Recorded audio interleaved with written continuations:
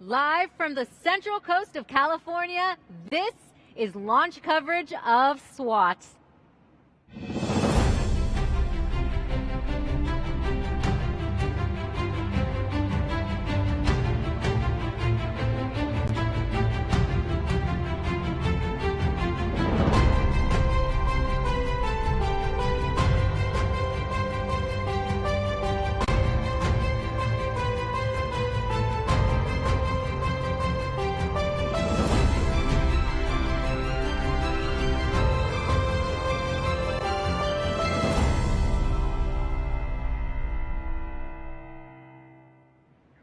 You are looking at Launch Complex 4E at Vandenberg Space Force Base. We are just about 45 minutes away from liftoff of this Falcon 9 rocket for the International Surface Water and Ocean Topography mission, also known as SWOT. It's the first satellite mission to survey nearly all water on the Earth's surface. It will help researchers address some of the most pressing climate change questions of our time. Hello and welcome. I'm Raquel Villanueva with NASA Communications, and I'm joined by Nadia Vinogradova-Schiffer. Welcome, Nadia. Good morning, Raquel. Now, she is the director of the Ocean Physics Program at NASA's Science Mission Directorate in the Earth Science Division. Nadia, as a mission scientist, what do you feel most excited about on this very early morning? Well, Raquel, we're launching SWOT, our next mission to track water on Earth's surface. It's been a long journey, 20 years to make us, to take us to the launch pad plus 1 day. And today, our water dreams are coming true. And why is it important to track all of Earth's water? Well, water is life. There are 8 billion people live on this planet, and we all depend on water to survive and prosper. We use water to drink, to grow our crops. We use water to produce energy and support our economy. Water is what controls our climate and weather.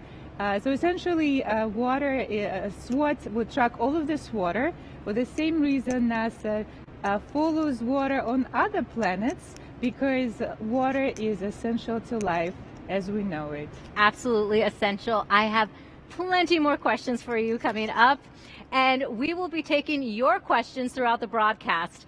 Send us your questions using the hashtag #TrackingWorldWater to learn more about the SWOT mission. And NASA is celebrating the completion of its historic Artemis 1 flight test. The launch from Kennedy Space Center last month was viewed by millions around the world. While in orbit around the moon, the uncrewed Orion spacecraft gave us these breathtaking pictures. Absolutely stunning, Nadia. Take a look at that detail.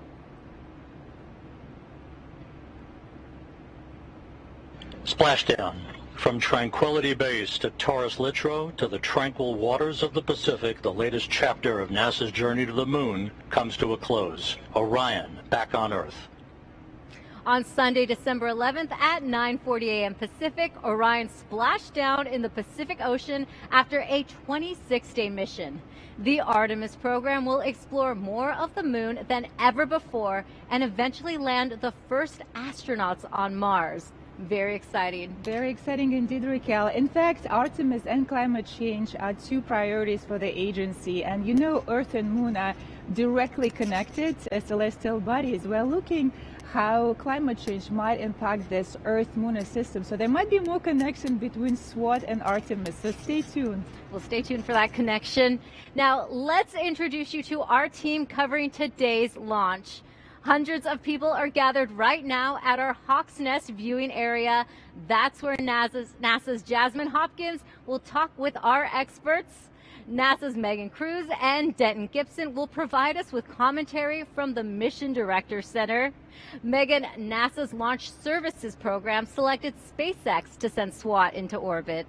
Yeah, and so for the last couple of hours, we've been listening to both NASA and SpaceX teams as they prepare for launch today. And great news, both the vehicle and the spacecraft are healthy, the range is green, and the weather is looking excellent, 100% go for launch. Yeah, absolutely, and which isn't always the case, but we have great weather for this. Yeah, I love hearing 100%. This is the first time I've actually heard 100% for a launch, so that's exciting. And commentating with me today is Denton Gibson. He is a mission manager with NASA's Launch Services Program, and the perfect person to chat with me today because before your current role, you used to work with SpaceX really closely. Yeah, for a long time, I was the Falcon 9 engineering team lead for the Launch Services Program. And I started working with the Falcon 9 when during our first mission with SpaceX. So that was many years ago. Okay, many years ago. But a lot of experience you add today. Yeah. So the next big step for launch today is to start loading propellant into the rocket.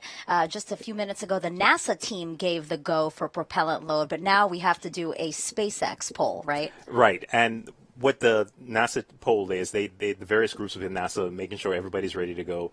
We just heard that poll. Everybody's good to go. And now the SpaceX team is going to confirm with the NASA team that we all ready to go. Okay, perfect. Here's a live look out at Launch Pad 4 East here at Vandenberg Space Force Base. We'll monitor the SpaceX poll that we just told you about, and then we'll check back in once fueling begins. Back to you, Raquel and Nadia. Thank you. We have a fun way to interact with our launch broadcast right now. You can print out a SWOT bingo card. Nadia's holding one up here. It has different words on the card you'll hear while watching the show. To print one, just scan this QR code you see on your screen. We also have the website go.nasa.gov/SWOT-bingo. When you hear a word, mark it off, and when you get a bingo, share your win on social media with the hashtag #TrackingWorldWater. It's a good way to stay awake. Yes, it's fun to play with kids during Christmas. Exactly. Now let's go over the specs of the SWOT satellite. It weighs more than 4,800 pounds at launch. The satellite is just over 16 feet in height. Its solar panels extend to more than 48 feet in length, about the size of a tennis court. It will cover over 90% of Earth's surface at least once every 21 days. And SWOT will increase our tracking of lakes from a few thousand to over 1 million. The mission is set to run for the next 3 years. SWOT is a joint mission between NASA and the French space agency CNES. JPL shipped the payload to France in the summer of 2021. For more than a year, engineers worked at Thales Alenia Space to integrate and test the satellite. After a series of functional and environmental tests, it was ready for the trip from the Nice airport back to the U.S. In October, the satellite and its shipping container arrived at Vandenberg Space Force Base, where it was mated with the Falcon 9. Now, Nadia, this is a complex international partnership. Can you talk about some of the challenges the team faced? Well, we actually gel very well with all our partners, CNES, Canada, and UK Space Agency. We're currently a large multinational science team. Spreading 6 continents, quite a soccer team, just like a World Cup. Exactly. And now you're all here today. Yes, we are. Well, water is fundamental for life. SWOT will help us understand where Earth's water is today, where it is coming from, and where it will be tomorrow. Take a look. So for me, SWOT is water. SWOT is precision. In one word, I would describe SWOT as beautiful. SWOT stands for Surface, Water, and Ocean Topography. SWOT will be observing the elevation of water surface in the ocean, on the land. The water surface height will allow us to assess the water storage in lakes and stream flow of rivers. Our water is one of our precious resources. SWOT is unique because it is the first global view of our ever-changing water supply on Earth. SWOT's main instrument is called CARIN, which is the K-band radar interferometer. CARIN is what sets apart SWOT from other missions. It's a unique instrument that we're flying for the first time. The CARIN instrument uses the 2 antennas which are spread out on either side of the spacecraft in order to bounce signals off of both of those to get a much larger view of the surface. And being able to do it in very high resolution, higher accuracy, and also a wide swath so that we're able to measure large tracts over the Earth in a relatively small amount of time. SWOT is a pathfinder mission using new technology to address transformative questions on climate change and its impact on our environment. We're collaborating with CNES, the French space agency, for these programs, but we're also helping the global community to be able to contribute and collaborate towards making our home planet a better place. SWOT will make our models better, and our understanding the water budget helps us be able to steward that precious resource. If water is out of balance, we could face droughts, and it could also lead to floods. SWOT is going to be observing water in oceans, and ocean science is essential for understanding sea level rise and climate change. Now we are facing a time that we need to be very precise. Therefore, we can accurately predict what will happen in our coastal cities 50 years from now. Understanding that it is a finite source and we can't rely on that forever is something that's really important. I'm just so excited and can't wait to see how it impacts the lives of others.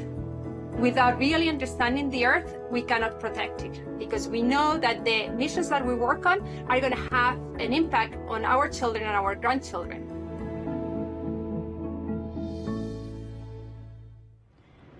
NASA has a family of satellites in orbit right now, studying how the whole Earth works as a system.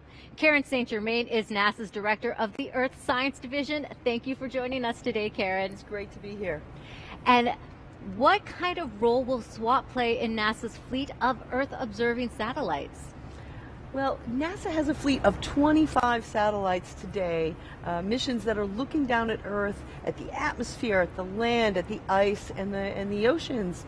And these satellites tell us how the Earth works as a system. But SWOT, as we know, our planet is that we live on a water planet. And so SWOT will give us the first high-definition view of not just our oceans, but the inland waters as well.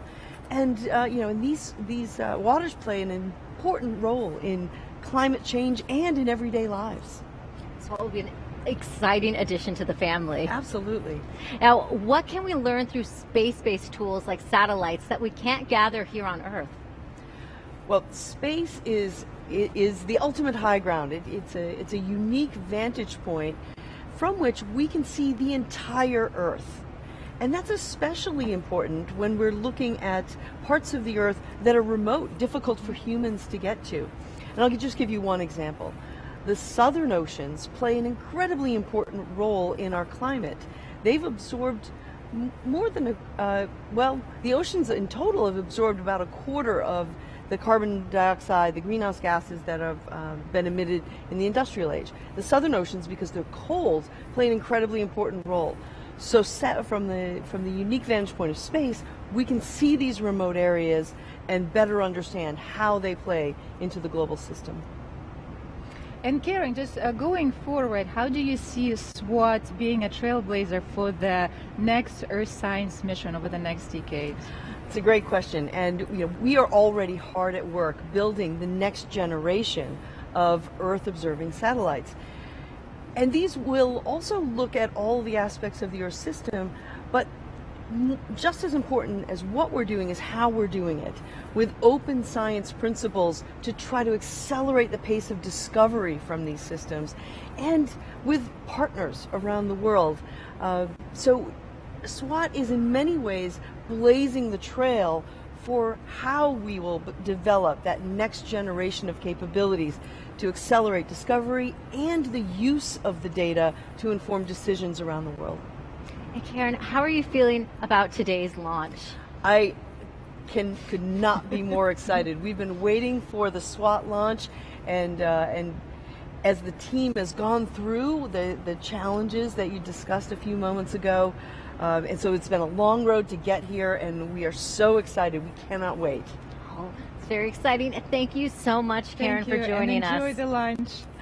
We all will. All right. Thank you so much.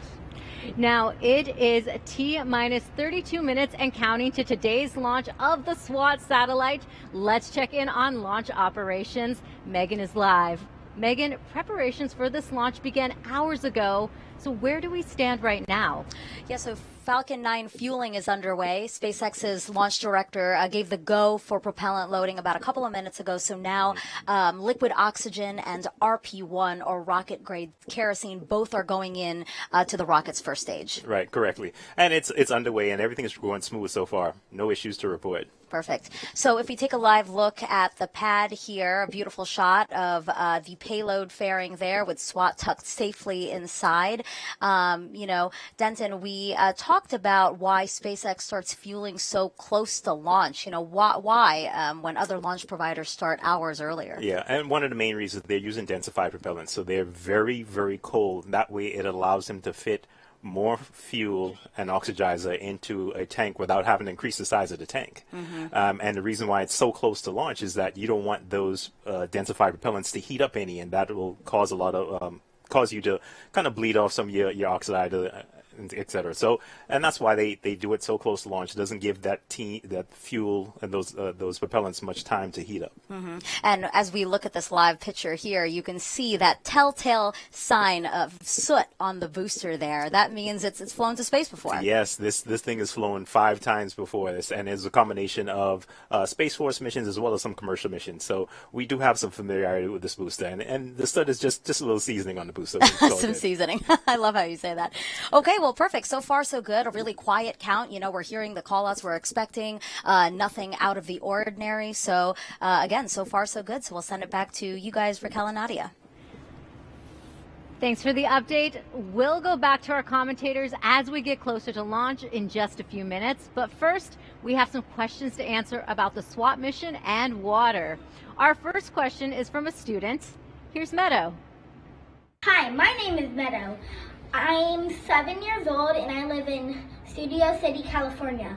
I wonder how much water is on planet Earth. Hi, Meadow. Good question. There are more than billion cubic kilometers of water on Earth. A lot of water, Raquel. It's a lot of water. So thanks for your question, Meadow. And we have a social media question coming up as well. Let's see it.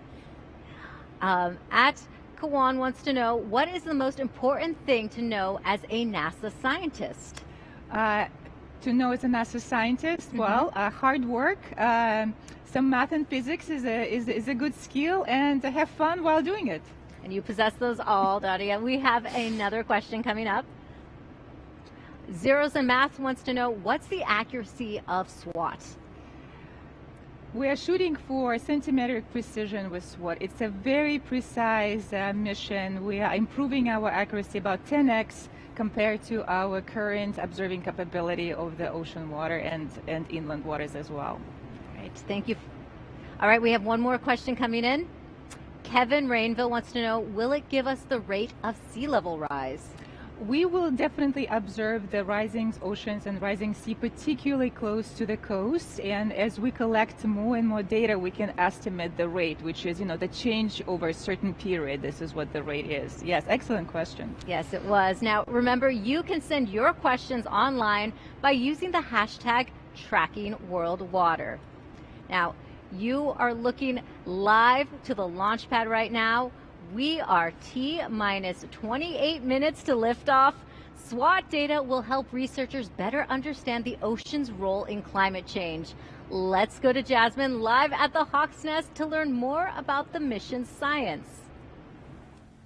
Thank you, Raquel, and welcome to the Hawk's Nest. This is the main viewing location at Vandenberg, and there are over 500 guests scheduled to be in the surrounding area tonight, and right now I'm thrilled to be joined by Li Luangfu, the SWOT project scientist who's been working on water monitoring missions for over 2 decades. Welcome, Li. Thank you very much, Jasmine. Of course. It's a pleasure to be here. We're so glad to have you. It is very special. Can you tell me, what are the main science goals of SWOT? Yeah, the main science goals are to better understand the ocean's role in climate change and how in a warming climate is affecting the Earth's rivers, lakes, and reservoirs. So more than 90% of the heat since the Industrial Revolution, the global warming has been absorbed and stored in the deep sea. SWOT will provide a high-definition view of ocean topography for calculating ocean currents that transport the heat from the atmosphere to the deep sea. So the data will help improve ocean models to assess the ocean's capacity in the future to keep absorbing heat, protect humanity from global warming. And also in a warming climate, the water cycle of Earth is accelerating, making it very difficult to track and manage water resources, and also difficult to predict flood and droughts.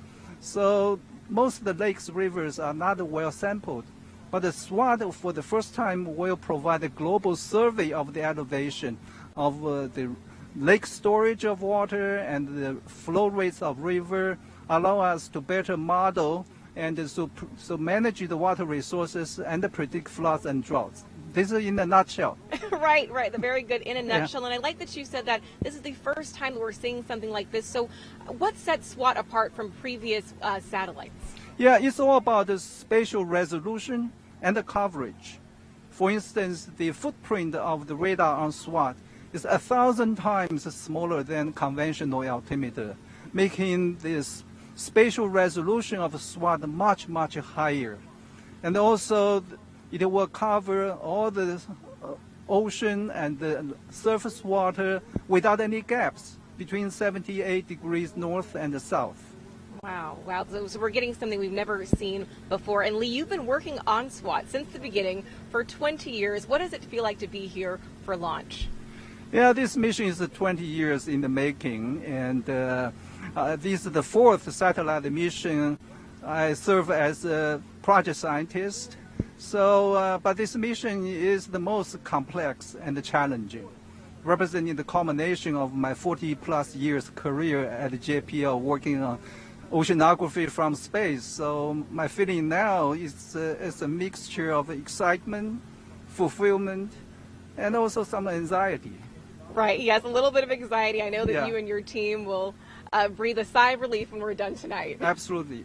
Fantastic. Lee, thank you so much for joining us. Yeah, thank you. Of course. Raquel, back to you. Thank you, Jasmine and Lee. The SWOT satellite is truly a remarkable spacecraft. Earlier, I got a chance to look at it up close with SWOT project manager Parag Vaze. Parag, we're standing here in front of a 1/3 scale model of SWOT. So can you tell us a little bit more about the key scientific instruments on board? Absolutely.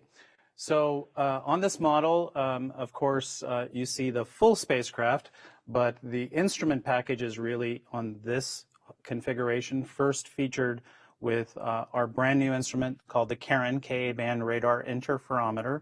What makes it an interferometer is really having a radar with signals that are transmitted and received from two separate antennas that are separated by a large distance. We also need other instruments to make SWOT work. We have a radar altimeter, which is a more traditional kind of altimeter, gives us precise but very small strip maps. We have a microwave radiometer that's used to correct the altimeter measurement in terms of the water vapor as the signal is going through the Earth's atmosphere. And we also need a set of instrumentation that tells us a very accurate position of the spacecraft in space itself. We have a GPS receiver that you don't see here, it's inside. We have a DORIS system, and we have the laser retroreflector array. And can you let us know how SWOT will communicate? Data, first of all, 1 terabyte of science data every day that has to be downlinked and then processed into products.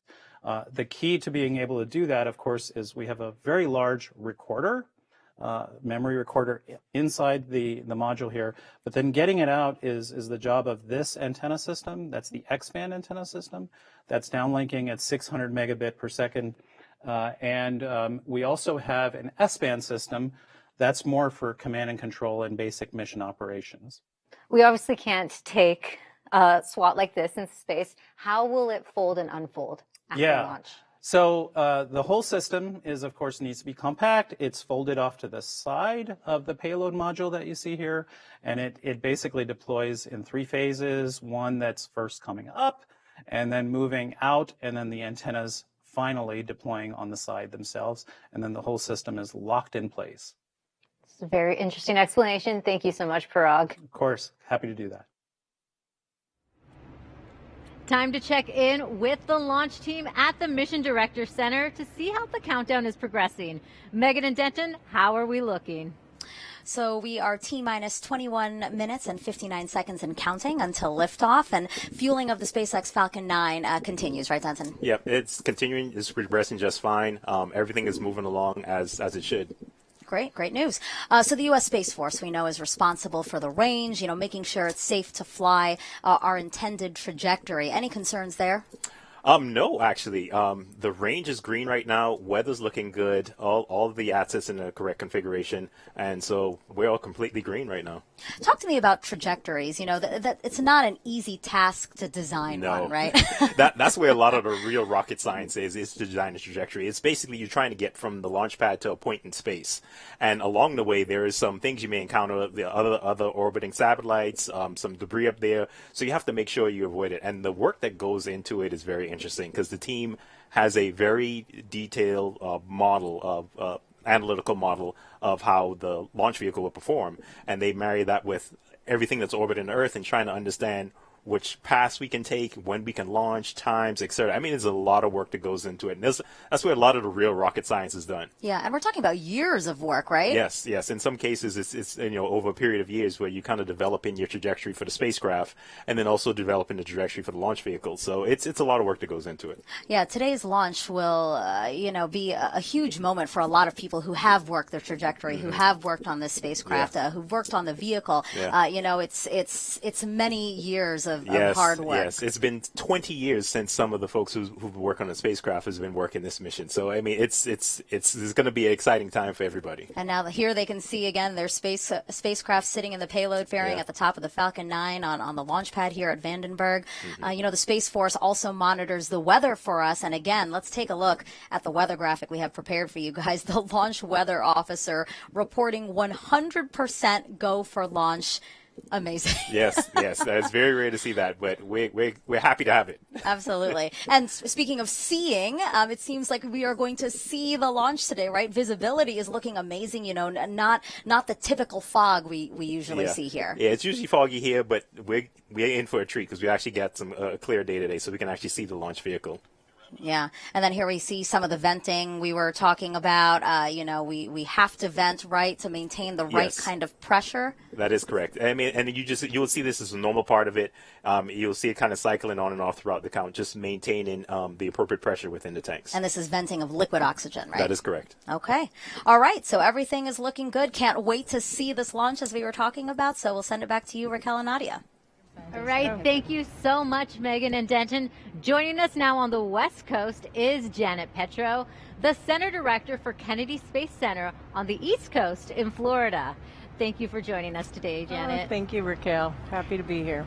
Great. Now, most launches take place at Kennedy, but sometimes, like today, we launch from Vandenberg. And why is that? Yeah, so the Launch Services Program has multiple locations where they launch from. And so as you mentioned, we're here today on the California coast, and we have several locations in Florida, but also as far away as Alaska and New Zealand. I mean, it generally depends on the science mission itself, right? The science mission and ultimately the orbit that it needs to be in to conduct its science. So in general, we launch from the East Coast when we need an equatorial mission. And then in the case of today, where we're looking more at the polar missions, we generally launch out of the West Coast here at Vandenberg. And tell us more about the Kennedy Space Center involvement in launches here at Vandenberg. So the Kennedy Space Center, we are very, very proud to host the Launch Services Program. And we've been doing so since 1998.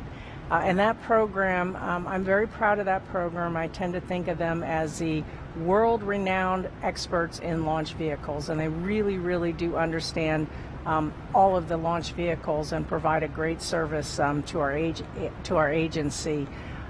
They really do the end-to-end services on launching a mission. They'll work with the spacecraft providers, they'll work on the design, They provide data, telemetry, and then today we're providing the launch services, the mission assurance for each of the missions. And like I said, they've been doing it since 1998. They do a really, really great job wherever, whatever location the mission is going out of. So very, very proud of that program, and we host them out of the Kennedy Space Center. That's an excellent program, Janet. And what Earth-related missions are coming up for you in the near future? Oh, goodness. I am so focused on this year. We just had the JPSS-2 in Lofted, and now what we're doing today with SWOT. I'm trying to think next year. We have a little bit of a break until April coming up.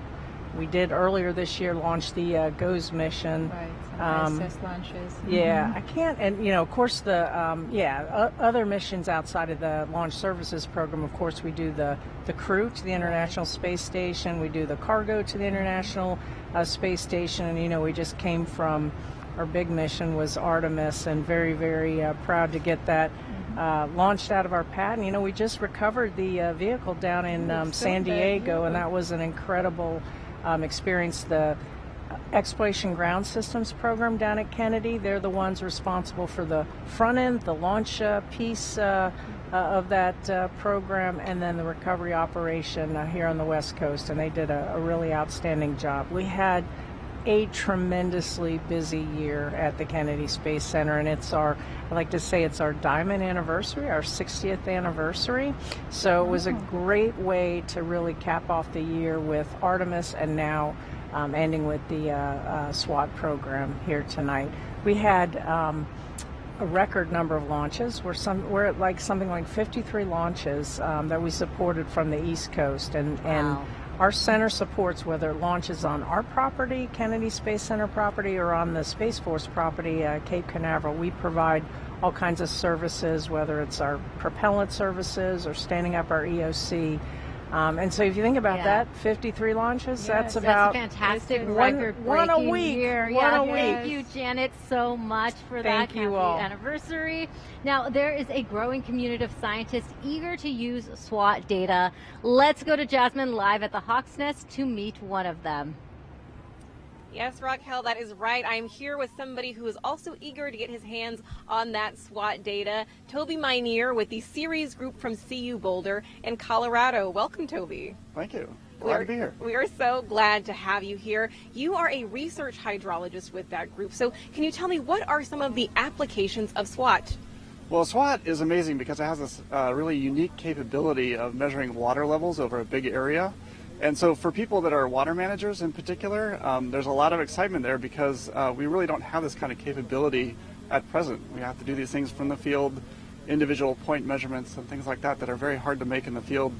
And so we have a lot of interest from people that are like municipal water agencies, state agencies for dam safety, federal agencies, all really interested in getting their hands on some water level data in particular and storage change. So be very exciting to see it. It is very exciting, and really what I hear you saying is that SWOT is changing the game. So what are some of those specific applications, maybe agriculture or flood zones? How is it changing our lives in our own backyard? Yeah, well, so a few things that it will change are, so for example, flood risk. We really don't have a good sense of where flooding occurs and when and why, so how much water requires flooding to occur. So for example, a good place for that is on the coast. We don't really have very many gauges along the coast at the freshwater and saltwater interface. And so, yeah, I think we'll see a lot of changes there, a lot of changes inland for lakes and wetlands too. Wow, that's really exciting. And I understand, Toby, you're also in this group called the Early Adopters. What is that and who's in that? Yeah, so the Early Adopters group is about 25 different organizations. They come from all over the world. And these are people that are interested in SWOT data. They've heard sort of through the grapevine that there's some data coming out for water level data. And these are agencies that are non-governmental organizations. They're governmental organizations ranging from city level water agencies up to federal agencies. So a lot of excitement there from the water community. Right, very exciting. Toby, thank you so much for joining us. Thanks. Raquel, back to you. Thank you so much. This will be the last launch for NASA's Associate Administrator for the Science Mission Directorate, Thomas Zurbuchen. During Thomas's 6 years in the role, he has overseen nearly 100 science missions, including SWOT, DART, the Double Asteroid Redirection Test, the Mars 2020 mission, and the James Webb Telescope. He also co-authored and authored more than 200 articles and received many agency awards. Congratulations, Thomas. Congratulations, Thomas. Yes, Thomas will be missed. He is known for his energy, dedication, and scientific curiosity. When I was doing my first lunch with him, Sentinel-6, Mike Friley, he was very supportive. So yeah, Thomas will be missed. But congratulations, enjoy, well deserved. Absolutely, enjoy that. The president of France's space agency, CNES, Philippe Baptiste, sent us this message about today's launch. The result of NASA and CNES historic partnership in oceanography that all started more than 30 years ago with TOPEX Poseidon is really essential. And I am very proud to send you this message and to be with you, at least in spirit, for this launch. I want to say once again a few words how proud CNES and its team are to be involved in this ambitious international adventure alongside NASA. SWOT is the first space mission to survey the planet's freshwater resources on a global scale. The water elevation of lakes and water courses, the discharge of rivers, and the fine dynamics of the oceans are all vital data that are going to help us better adapt to climate change. In this respect, SWOT truly marks a revolution for space hydrology, and we are proud to be embarking on this endeavor with the French community of scientists, of users, and of course with our industry. I wish you a successful launch, and go SWOT, go! Go SWOT! Climate change is a topic front and center for everyone, including NASA. Joining us now is NASA's Sandra Conley. Thank you for joining us, Sandra. Thank you for having me. Now, as a leader in science, what does it mean to be part of this mission? Oh man, this is such an exciting mission. You know, it's unprecedented in many ways. It's going to be the mission that for the first time ever, we're measuring surface water around the world. Freshwater sources, saltwater sources, how they ebb and flow and move in between each other, how the energy is transferred across those water bodies, and also with the environment. It's really going to help us improve our weather forecasting ability and our climate prediction abilities. It's a real trailblazer. Now, SWOT is a joint mission between NASA and CNES. Climate change knows no boundaries, so why is it important for a mission to be an international collaboration? So, science knows no boundaries, right? So our scientists are from all around the world, and this partnership with CNES is tremendously important. It spans over 30 years on ocean altimetry missions. And that's not even counting other partnerships that we have with CNES to achieve our science. So we're looking forward to many, many more missions together with them. Well, Sandra, as you know, SWOT is the first science team that fully complies with open science requirement. Can you tell us more about NASA's open science paradigm and how do we kick off the year of open science with SWOT? You know, that's a great question. So our space satellites give us a really unique vantage point to observe the Earth, right? So we're able to look at it as a global system, right? And the data that we've collected through our satellites over the 50 years allow us to really look at the ground, the atmosphere, and the oceans. And what open science and open data is going to enable us to do is to take that to the next level and give it to the individual user, whether they're decision makers at the local level, at the regional level, or even tribal communities. It's to give that information to people so that they can make informed decisions regardless of their business. You don't need to actually be a scientist or an engineer moving forward to be able to leverage this data and apply it to your day-to-day business. Looking forward to the data. Thank you so much, Sandra. Thank you. Now, let's head over to our commentators. We are T-minus 7 minutes our launch of the Falcon 9 rocket from Vandenberg Space Force Base. Megan and Denton will navigate us through that terminal count. Yeah, just under 8 minutes to liftoff, and we are looking fantastic for launch. Weather is a go. No collision concerns on the range for our instantaneous opportunity to launch at 3:46 and 47 seconds Pacific time. We see a live shot of the Falcon 9 sitting on Launch Pad 4 East here at Vandenberg Space Force Base. This reusable two-stage rocket standing about 230 feet tall. The first stage is the bottom two-thirds of what you see there. That's called the booster. And then at the right over that, you see this black piece there. That's the interstage adapter, which connects the first and second stage.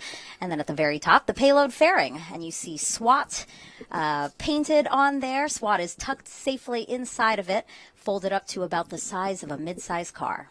Engine chill.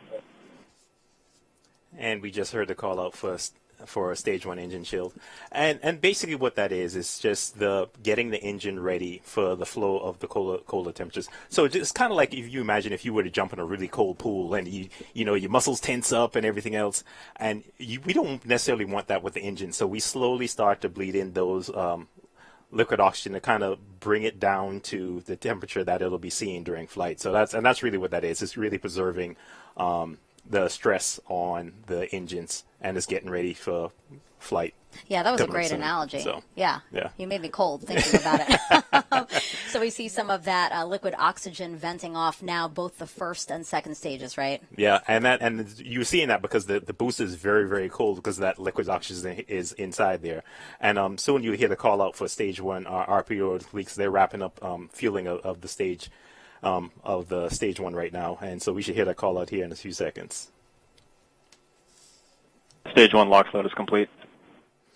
And so SpaceX is also loading helium Stage gas 1 fuel load, correction.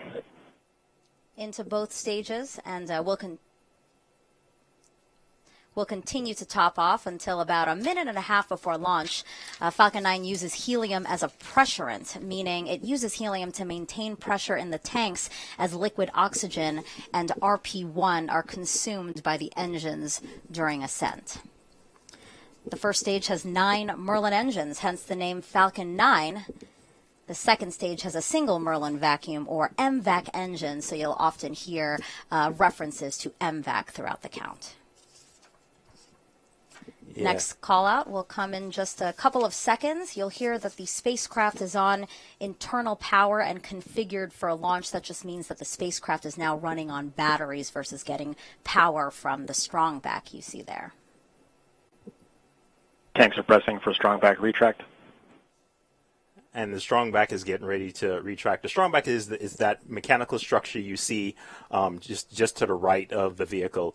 And they're just pressing up the tanks and getting ready for that. You'll see it tilt back slightly initially, and then when we get closer to launch, you will see it tilt about 45 degrees back, get out of the way so, the Falcon 9 can clear the pad with no issues. And that tilt starts when you see that cradle. It's kind of like a hug around just at the base of the payload fairing veil. You'll see those arms start to open, and that will allow for the strong back to start tilting backwards. Yeah, that is correct. And you can see from the video, you can see that cradle's opening up, and then you'll see a few seconds after that's completed, the strong back will tilt back slightly. And now we're going to pause for an upcoming poll here. NLM on countdown 1.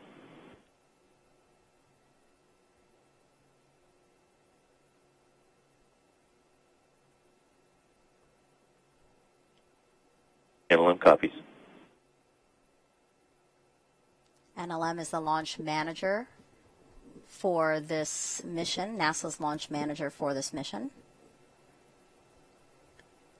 Again, we see that strong back retracting, and you see those connections between the strong back and the rocket. Those are umbilicals, and that's what continues to feed the rocket with liquid, electricity, gases, right up until launch, right? That is correct. And what we're waiting to hear right now is just the SpaceX team confirming with the NASA launch manager that the team is ready to go. And so, LD, NLM, countdown 1. LD, go ahead. NASA is go for SWOT launch. There you go. Perfect news. Stage NASA's 1 LOX go load for complete. launch. Stage 1 POGO. Yep, and you heard the team is all good to go. And so right now, stage 1 LOX load is complete. At this point in time, the stage 1 is completely filled with fuel. We're just waiting for them to top off the stage 2 tank. And today we're going to be treated to some sonic booms since the booster will land right back here at Vandenberg Space Force Base, just about 1,000 feet from where it's going to launch. Yes, which is always exciting to see. I mean, it's just so fascinating that the booster is going to land basically just very close to where it took off from.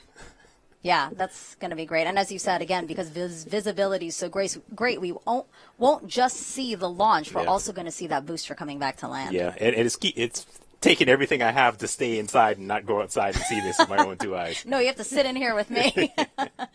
And in these last few minutes, Falcon 9 is performing final health checks on its primary communications, avionics, and propulsion systems in preparation for flight. This is The Rock. Range is green. And we just heard that call out that the range is good. And we should surely we should be hearing the call out for that stage 2 LOX load is complete. And then at that point, all of the propellants will be loaded onto the vehicle. Stage 2 LOX load complete. You just heard that call out. So all the propellants are done loading. And at this point in time, we're just gearing up for Falcon 9 to go into startup, which is basically the computer taking over and going through its last set of configurations and checks to make sure that we're good for launch leading into T0. And remember how Denton was telling us earlier, you know, we see the amount of liquid oxygen coming off of the rocket fluctuating throughout the count. Here, that's what we're seeing again to maintain that pressure, the correct pressure in both stages. Yep, and what you're seeing right now is them venting the LOX that was in the umbilical tower 9. So it's venting that out, getting it all ready to go for launch. Falcon 9 is in startup. And we just heard that call up. Falcon 9's in startup, which means the flight computer is taking over and is just preparing for its initial launch sequence. And now both stages are pressurizing for launch. Next call out in just a couple of seconds.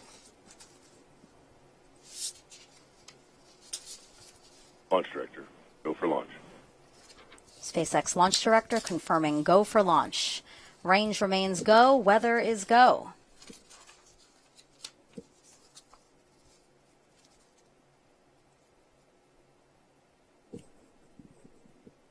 This launch will mark the 100th first mission of NASA's Launch Services program based at Kennedy Space Center. 15 seconds. Here we go. 10. 9, 8, 7, 6, 5, 4, 3, 2, 1. Engine ignition and liftoff. Liftoff of SWOT, our first global survey of Earth's surface water to study how this ever-changing resource affects our climate.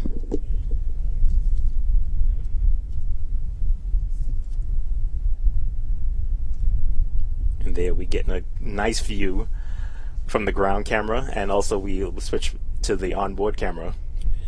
Now, Denton, you didn't go outside to see the launch, but now we're feeling it inside here in the Mission Director Center, the rumble all around us from launch. Absolutely. And now you're getting a good look at the onboard camera looking down towards the aft end of the rockets, and you can see the Merlin engines coming to life there. And this room coming to life, really. Lots of rumble going on in here.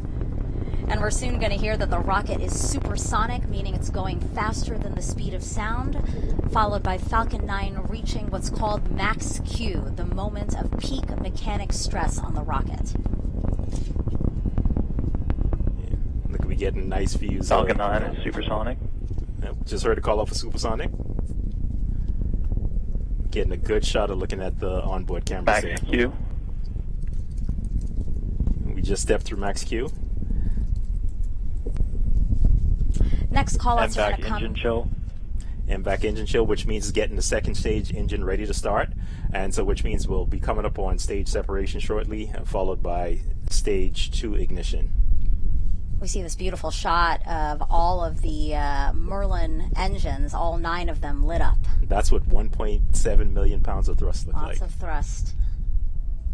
So the next call-outs are going to come in quick succession, so let me walk through them really quick. So at T plus 2 minutes and 15 seconds, we're going to have main engine cutoff. That's MECO, meaning the 9 Merlin engines on the first stage are going to shut down. And then a few seconds after that, stage 1 and 2 will separate. Stage 1 will do a flip, and do a boost back burn to orient itself back towards Earth for that landing here at the Space Force base. And there we get a good shot of looking at the interstage. Basically, the camera's looking up towards the second stage. Separation confirmed. And there you go. Live video of stage 1 and 2 separating. MVAC ignition. And there's a good look at the MVAC ignition the MVAC engine coming to life. That's great. You are seeing the stage 1 booster do its flip. And now the engine bell of the MVAC engine lit up. This is a camera shot of stage 1 here, again on its way back to Earth. In just a couple of seconds, we're going to see the payload fairing jettison. Fairing separation confirmed. We just heard a call up for fairing separation, and there's a good onboard view of the SWOT spacecraft, and you can see the fairing is gone at this point in time. Another camera shot here of the engine on the second stage continuing to carry SWOT to its intended target. We have a couple of camera views of this engine here, so you might see a couple stage of different 1 angles. shutdown. Yeah, and then you'll see it cycling through the views of the stage 2 engine, and as we get closer to the separation, it'll go back towards the spacecraft. And we just heard a call out for the boost back burn ending on stage 1. Both stages are on nominal trajectories. And that call out was just to say both stage 1 and stage 2 doing what they were expecting them to do. And we're hoping to get a video of stage 1 landing. So sometimes we don't always get it because of it's coming in so fast, and sometimes it's hard to capture it. So occasionally, sometimes we don't get it all the way, but we're hoping to get a good video this time. T plus 4 minutes and 10 seconds into the launch of SWOT, and we've had a nominal ascent so far, no issues to report. Again, this is a video of a live shot of the engine on stage 2. SWOT stands for Surface, Water, and Ocean Topography, and this will be the first mission to provide high-definition data on more than 90% of the water on our planet's surface. It's a joint mission between NASA and CNES, France's space agency, with contributions from both the Canadian and UK space agencies. SWOT is the 4th NASA LSP science mission to launch from Vandenberg Space Force Base, and the 6th LSP science mission overall to launch on a Falcon 9, Denton. Yes, and we got a lot more missions coming up on the Falcon. Yeah, to see the partnership really grow for you too. I mean, again, you really work from SpaceX from the beginning. Yeah, absolutely, and seeing their evolution over the years has been amazing to watch. So coming up, we're going to see the booster begin its entry burn soon, and again, that entry burn is to slow it down as it approaches Earth for the landing here back at the base instead of a drone ship. Yeah, I mean, it's awesome to see it come back to land. As I mentioned before, seeing it landing right very close to where it took off from is awesome. So then how does this work? So again, we're going to have the entry burn that slows it down, and then there's a landing burn, right? Yeah, so you have the boost back burn that kind of gets it back towards the launch pad, and then the entry burn kind of slows it down as it's coming into the atmosphere, and then you have the landing burn that basically puts it down gently on the pad. Mm-hmm. Yeah, SpaceX has become real pros at landing their boosters. Absolutely. And it's becoming routine for them at this point in time, and so this is just a normal course of business for them. Again, we are looking live at stage 2. Stage 1 entry burn. We just heard the call out for stage 1 entry burn. Means it's coming back into the Earth's atmosphere. And there we go. We got a good video of it. Yeah, so you can see those hypersonic grid fins illuminated by the flame from the booster. Stage 1 FTS is safe. You see that the screen went black there. That's because they just shut down the engine. That's correct. Both stages are on As normal planned. trajectories. But I was talking about those hypersonic grid fins that you see. Those help guide the Falcon 9 booster back down towards Earth. So now that we're done with the entry burn, the next burn is the landing burn. Mm-hmm. It's just one engine right just before it touches down. Correctly. Just gently set it down on the pad. The next milestone for the second stage is going to Stage be 1 is transonic. SECO 1. Yeah, and SECO 1 is the first shutdown of the second stage engine. And then for this mission, we're going to have 2 burns. So you'll see after stage 2 shuts down, it'll coast for a while. And then we got a good video of stage 1. It's about to land. How exciting. Coming in for its landing burn there. Again, the grid fins moving ever so slightly to make sure that it's coming down exactly how they want it to come down. Yep, and you could see the pad coming into view. There it is. Wow, those sonic and booms. Then the sonic booms. Trademark sonic booms. Wow. And good touchdown of the stage 1 touchdown. Booster. Perfect. Stage 1 landing is confirmed.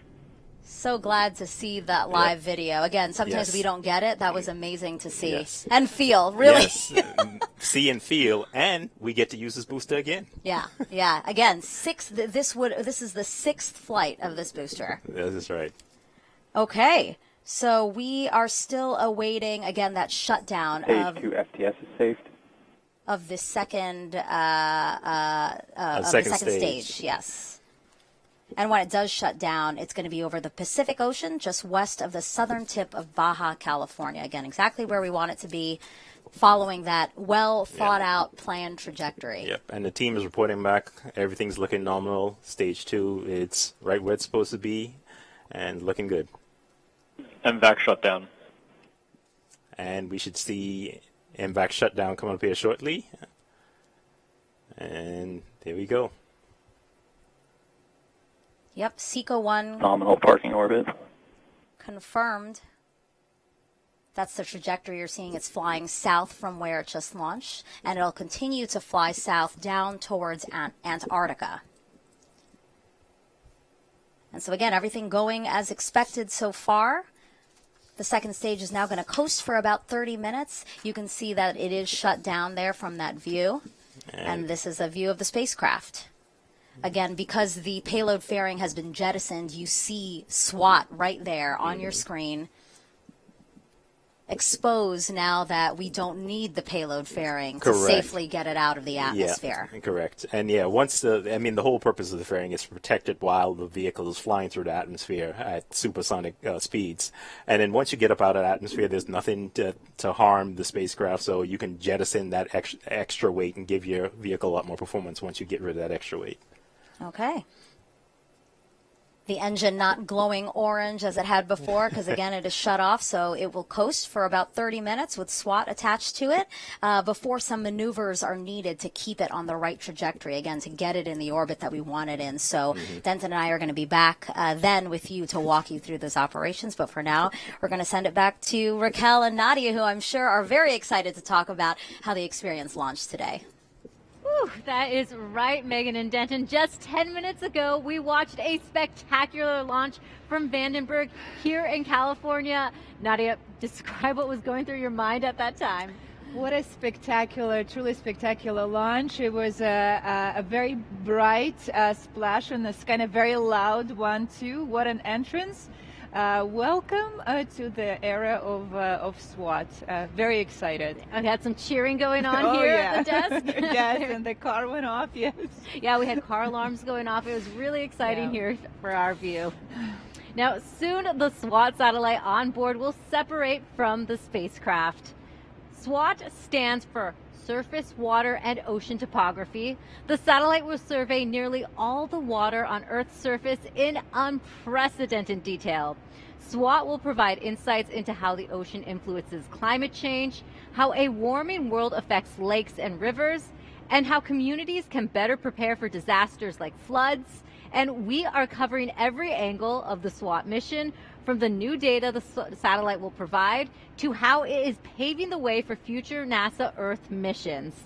Now, SWOT is a culmination of work by a global team of engineers, scientists, and technicians committed to improving our understanding of Earth. Let's get to know some of the people behind the mission. Planning for future generations requires us understanding how much water we have. And we need to understand the water cycle in a lot of detail, and SWOT will provide that for us.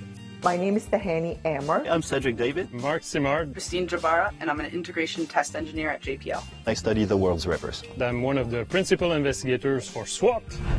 SWOT is an Earth orbiting satellite. It stands for Surface Water Ocean Topography. SWOT will for the first time make measurement of water surface elevation, not only on the ocean, but also on the lakes and rivers of the entire globe. This in itself will be a scientific revolution. Collaborations and relationship build bridges, and SWOT will be that bridge across the world. SWOT is being designed jointly by NASA and the French Space Agency with help from Canada and the UK. I was born in France, so SWOT is a match made in heaven for me. Coming to work every day, it's always really nice to know that the system that we're building will collect science data that will help people. I think finally I found a meaning to all of my research. I believe SWOT will create a lot of peace because we all need water. Now more than ever, it's important to recognize that water connects us all, and it might be the one thing that unites us all. You can really see how hard your team has worked there. Yeah, we have a great team. You know, we gel really well together. With scientists, we dream, and engineers make our science fiction dreams come true. And then collectively, we make this NASA magic that enables discoveries and for the good of humanity and science. It's magic indeed. We want to show you how some of SWOT's technology works, but to do that, Nadia and I had to go tap into our athletic skills for this one. Take a look. All right, Nadia, in order to learn more about SWOT, we have to play a little basketball. That's right, Raquel. We're trying to explain how the heart of the SWOT mission works, which is a new instrument, a radar interferometer, which we lovingly call Karen. So Karen has two antennas separated by a 10-meter boom. One of the antenna transmits a signal that bounces back from the Earth's surface and received by two antennas with a little bit delay and out of sync. Now, Karen uses this information to compute the distance between the satellite and the Earth's surface, and they calculate the water height. So let's see how we explain it with the basketball. Okay. If you don't mind standing there, feet away from me. All right, is right here pretty good? This is perfect. Okay. And we will bounce the ball just like a SWOT satellite bounces a radar pulse between two antennas. Okay. Yep. So what are we seeing here right now? We're seeing how the ball, which is our radar beam, bounces over the Earth's surface, and by knowing the range, the distance, and we compute the height of the water surface. So the ocean isn't a flat surface, there's waves. Like, how do you calculate that? That's right. Let's bring a box. Okay. So did you notice when the water is a little bit higher that the ball returns to the antenna, to us, a little bit faster? That's how we know that we're retrieving topography, just like in the name of the mission. A satellite is doing thousands of bounces per second to capture the data on both sides from both antennas over a wide strip on the ground, about 30 miles, 50 kilometers wide. And then once we do enough of those stripes, we'll eventually cover the whole globe.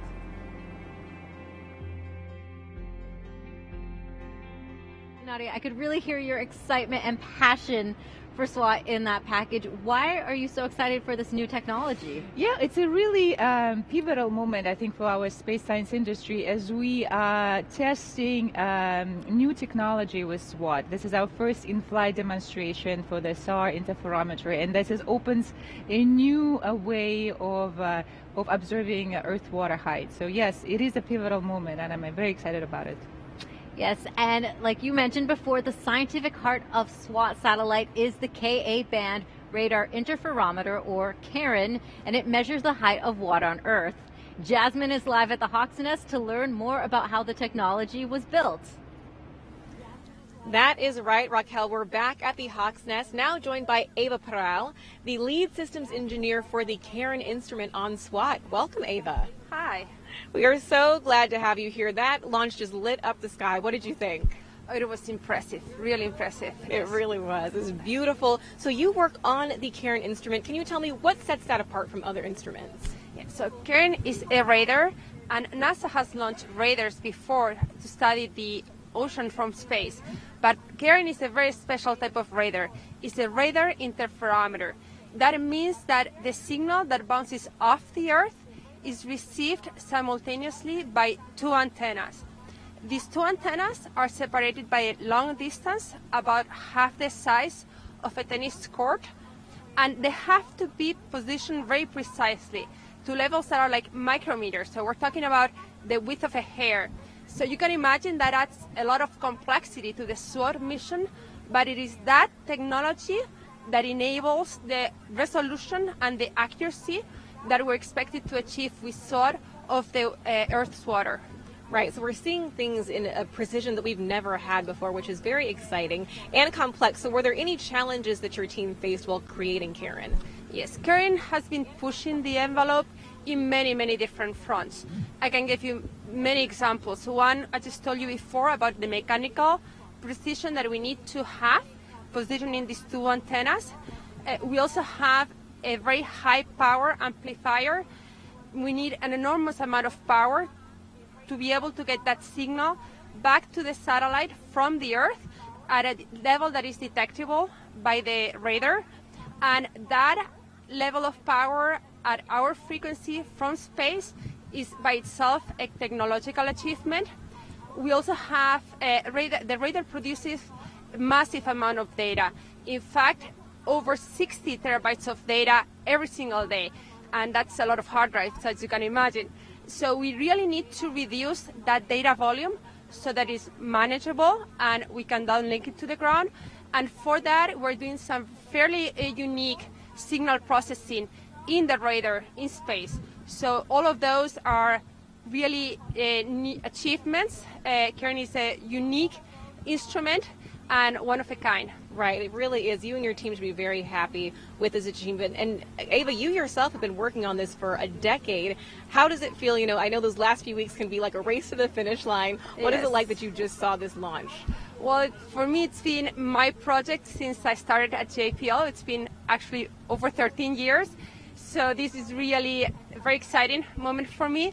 And myself and my team have been actually working very hard on what's coming ahead of us. Now that we're going to be getting the data from space, we need to make sure that the data is valid. It has the accuracy that we're expecting, and that's going to be a very difficult and critical task by itself.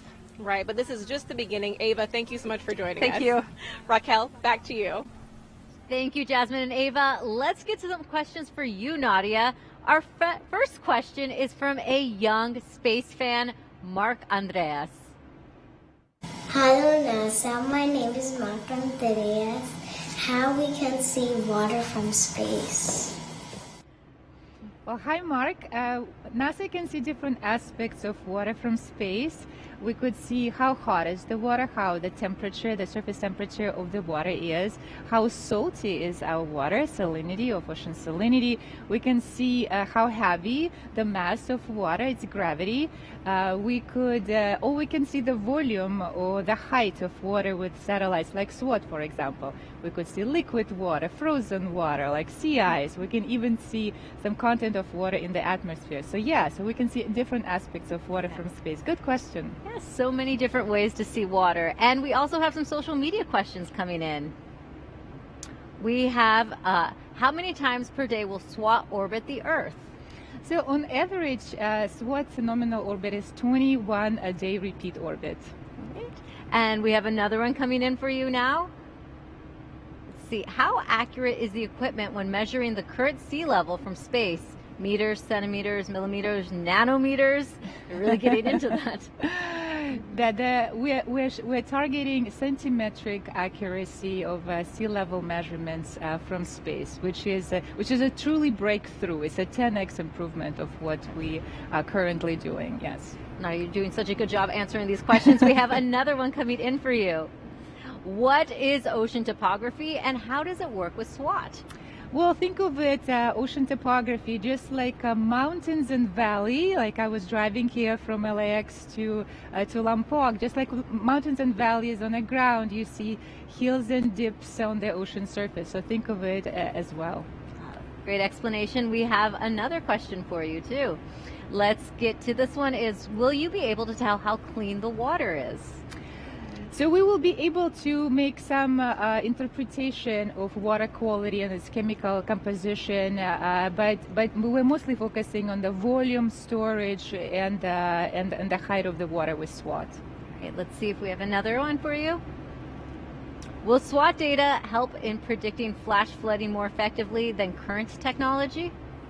We are with the rising sea levels, we do see more frequent inundations, including those related to flash flooding or sunny days flooding. And SWOT will continue the legacy of prediction of flood events related to the rising oceans. We have one more social question for you to get to.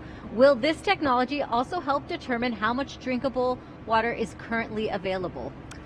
Yes, we are targeting fresh water and our reservoirs in lakes and other reservoirs. The storage, the change in their volume and extent. Yes, drinking and available water for usage. Wow, you just offered some great insight to SWOT. Thank you, Nadia. Now, before SWOT data, researchers could only collect information on a few thousand rivers and lakes, but with SWOT, it will be more than 1 million. Here is a look at how that kind of data can have a huge impact on people's daily lives. SWOT is the Surface Water and Ocean Topography Satellite. It's an international satellite that's going to give us this complete view of the surface water here on Earth, what's happening in the lakes, reservoirs, rivers, and also in the ocean. It'll tell us about how sea level is rising along coastlines and in the open ocean, and really give us a good understanding of how surface water is moving about the Earth.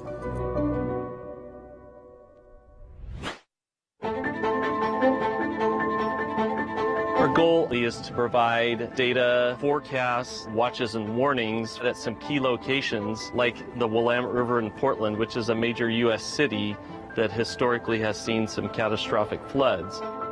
The better quality of the data that we have that feeds into our models, the better the forecasts are going to be, the more time that people will have to protect themselves and their property and ultimately our communities.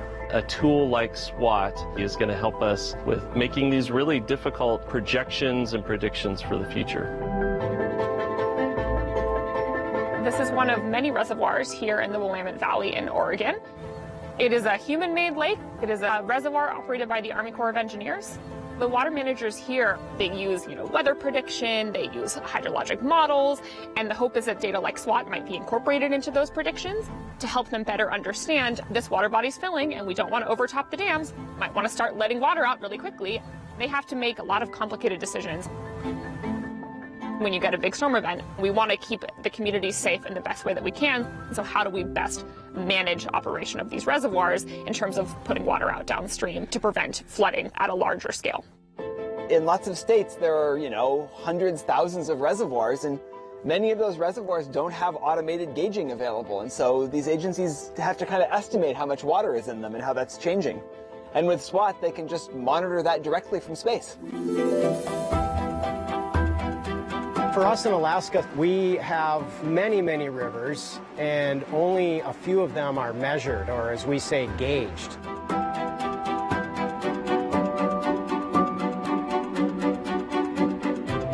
If we have data on when flooding is occurring or might occur, we can get crews out there to look at the bridge to make sure that the bridge and the associated roadway are still safe.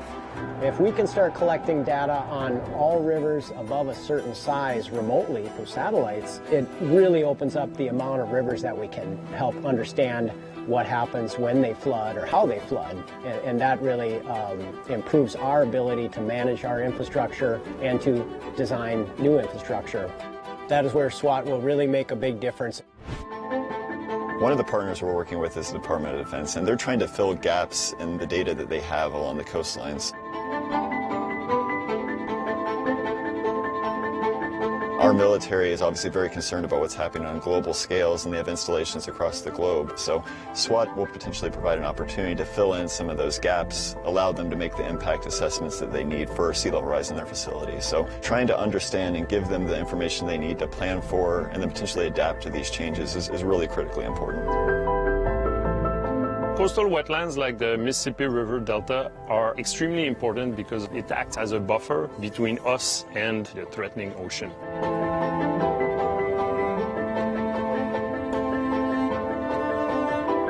With SWOT, because of its high spatial resolution, we'll be able to resolve water surface elevation right at the coast.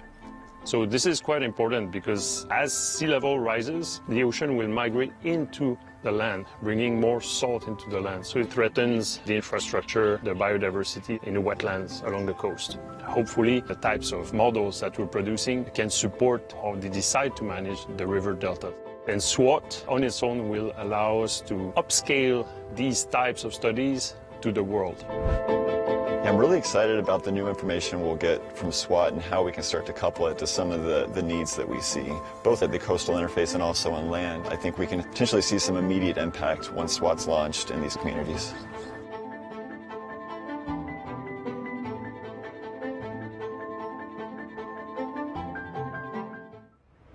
SWOT is an international collaborative effort not only between NASA and CNES, but with contributions from the Canadian Space Agency and the UK Space Agency. We'll hear from the UK Space Agency in a moment, but joining us now is Taryn Tomlinson with the Canadian Space Agency. Thank you for joining us today. Thanks for having me. Good morning. Now, why did your agency choose to be involved with the SWOT mission? Well, contributing to the first ever satellite to survey most of the water on the planet is truly an exceptional opportunity for us. Water is such an important resource and it is in so many ways linked with climate change. And we're so happy to work with our international partners again on solving issues that matter to all of us. SWOT is particularly important to Canada. We have the longest shoreline on the planet and we have over 1 million lakes. And it's so important to monitor the change of those lakes over time.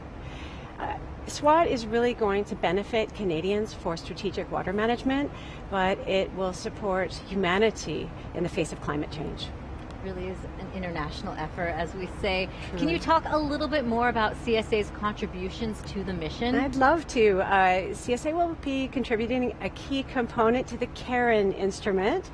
They're called the Extended Interaction Klystrons, built by CPI Canada. It's the high-powered amplifier that will help those Ka-band precision measurements for measuring the surface water. And so in addition to the device that we are contributing, we have science researchers who've been involved with the SWOT science team, and they've been developing the objectives, and they're also working to deploy instruments to key sites across Canada. Yes, Taryn, we enjoy working with Canadian scientists. And speaking of that, what is the Canadian scientists as users are most exciting to use SWOT data for? For the data, so we have some services, key services in Canada that we'd really like to improve. And so, as I was mentioning, that shoreline, navigation services to Canadians is going to be very important. Weather forecasting is going to be very important as well. As well as just to monitor, as I mentioned, the lakes and make sure that we keep our eye on the lake measurements. Our researchers are looking towards the north in helping northern communities as well. And so we're talking about clean water supply. We're talking about water management for the coastlines, for tides, and for estuaries, and also hydroelectricity. And I do want to mention, I'm so excited to see what Canadians will do with open science and open data. Excellent. Yes. Lots of data ahead. And I want to know, what was launch like for you today? Well, it was exhilarating, and we had cheers and excitement outside. We were all outdoors. But what was specifically exciting for me was to see the return of the booster and that double sonic boom, and everybody jumped out of their skin. It was exhilarating. What a morning. Thank you so much. We're grateful to be here. Absolutely. Thank you for joining us today. Early morning. Now, Beth Greenaway with the UK agency wasn't able to be on set with us, but she left this message. The UK Space Agency has contributed to SWOT by enabling both our industry and our scientists to be part of the mission. We were approached by the French Space Agency, CNES, who are building the instrument for the mission. They needed a very complex bit of kit built in the UK, which essentially signals or moves the radar pulses around the instrument. And it was Honeywell in the UK that built this. In the UK, we're really fortunate to have some of the world-leading scientists who understand both the oceanography, how the ocean moves, and how satellites satellites can be used to measure that. It's really exciting to be part of such a big, exciting mission. It takes a long, long time to come through to a launch in 2022. To be part of that journey on the policy side, enabling people to really do the best, so the best of British engineering and the best of British science, to be part of such a huge global water survey that's so important for climate change and is really going to make a difference to what we understand about our world. All right, SWOT will measure the Earth's water on a global weather.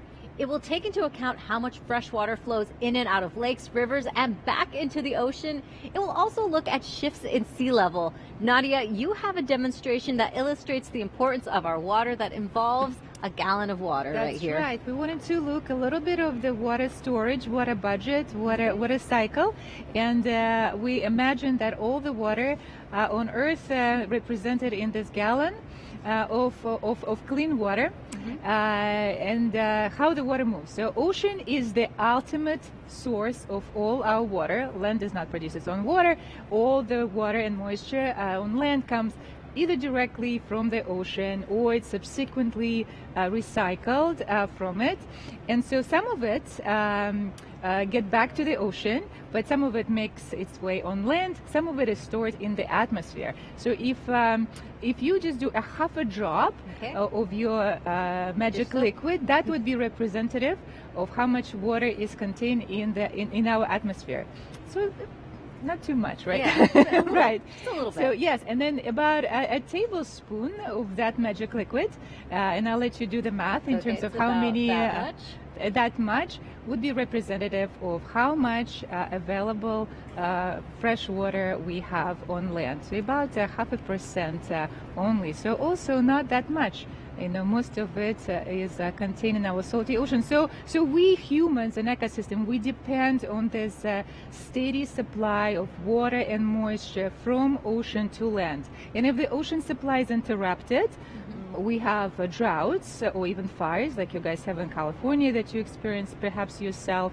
Or if the ocean supply of water is too much, we get floods and inundation, just like people like us on the East Coast. So this movement and the supply-demand chain in this completeness would be seen by SWOT, just like you and I seeing it in this gallon.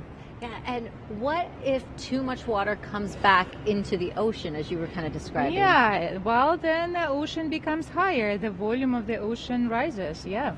And how much would it rise?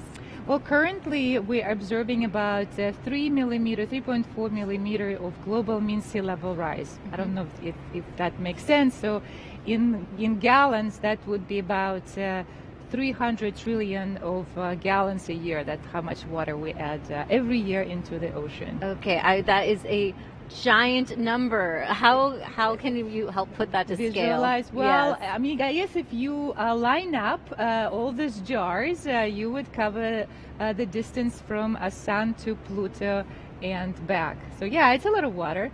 The sun to Pluto and back. Yes, a lot of water. That's a lot of water. Understatement. Well, thank you so much, Nadia, for this. Now, a SWOT technology tracks changes in water volume over time, like you mentioned, and we will get a better understanding of Earth's water cycle.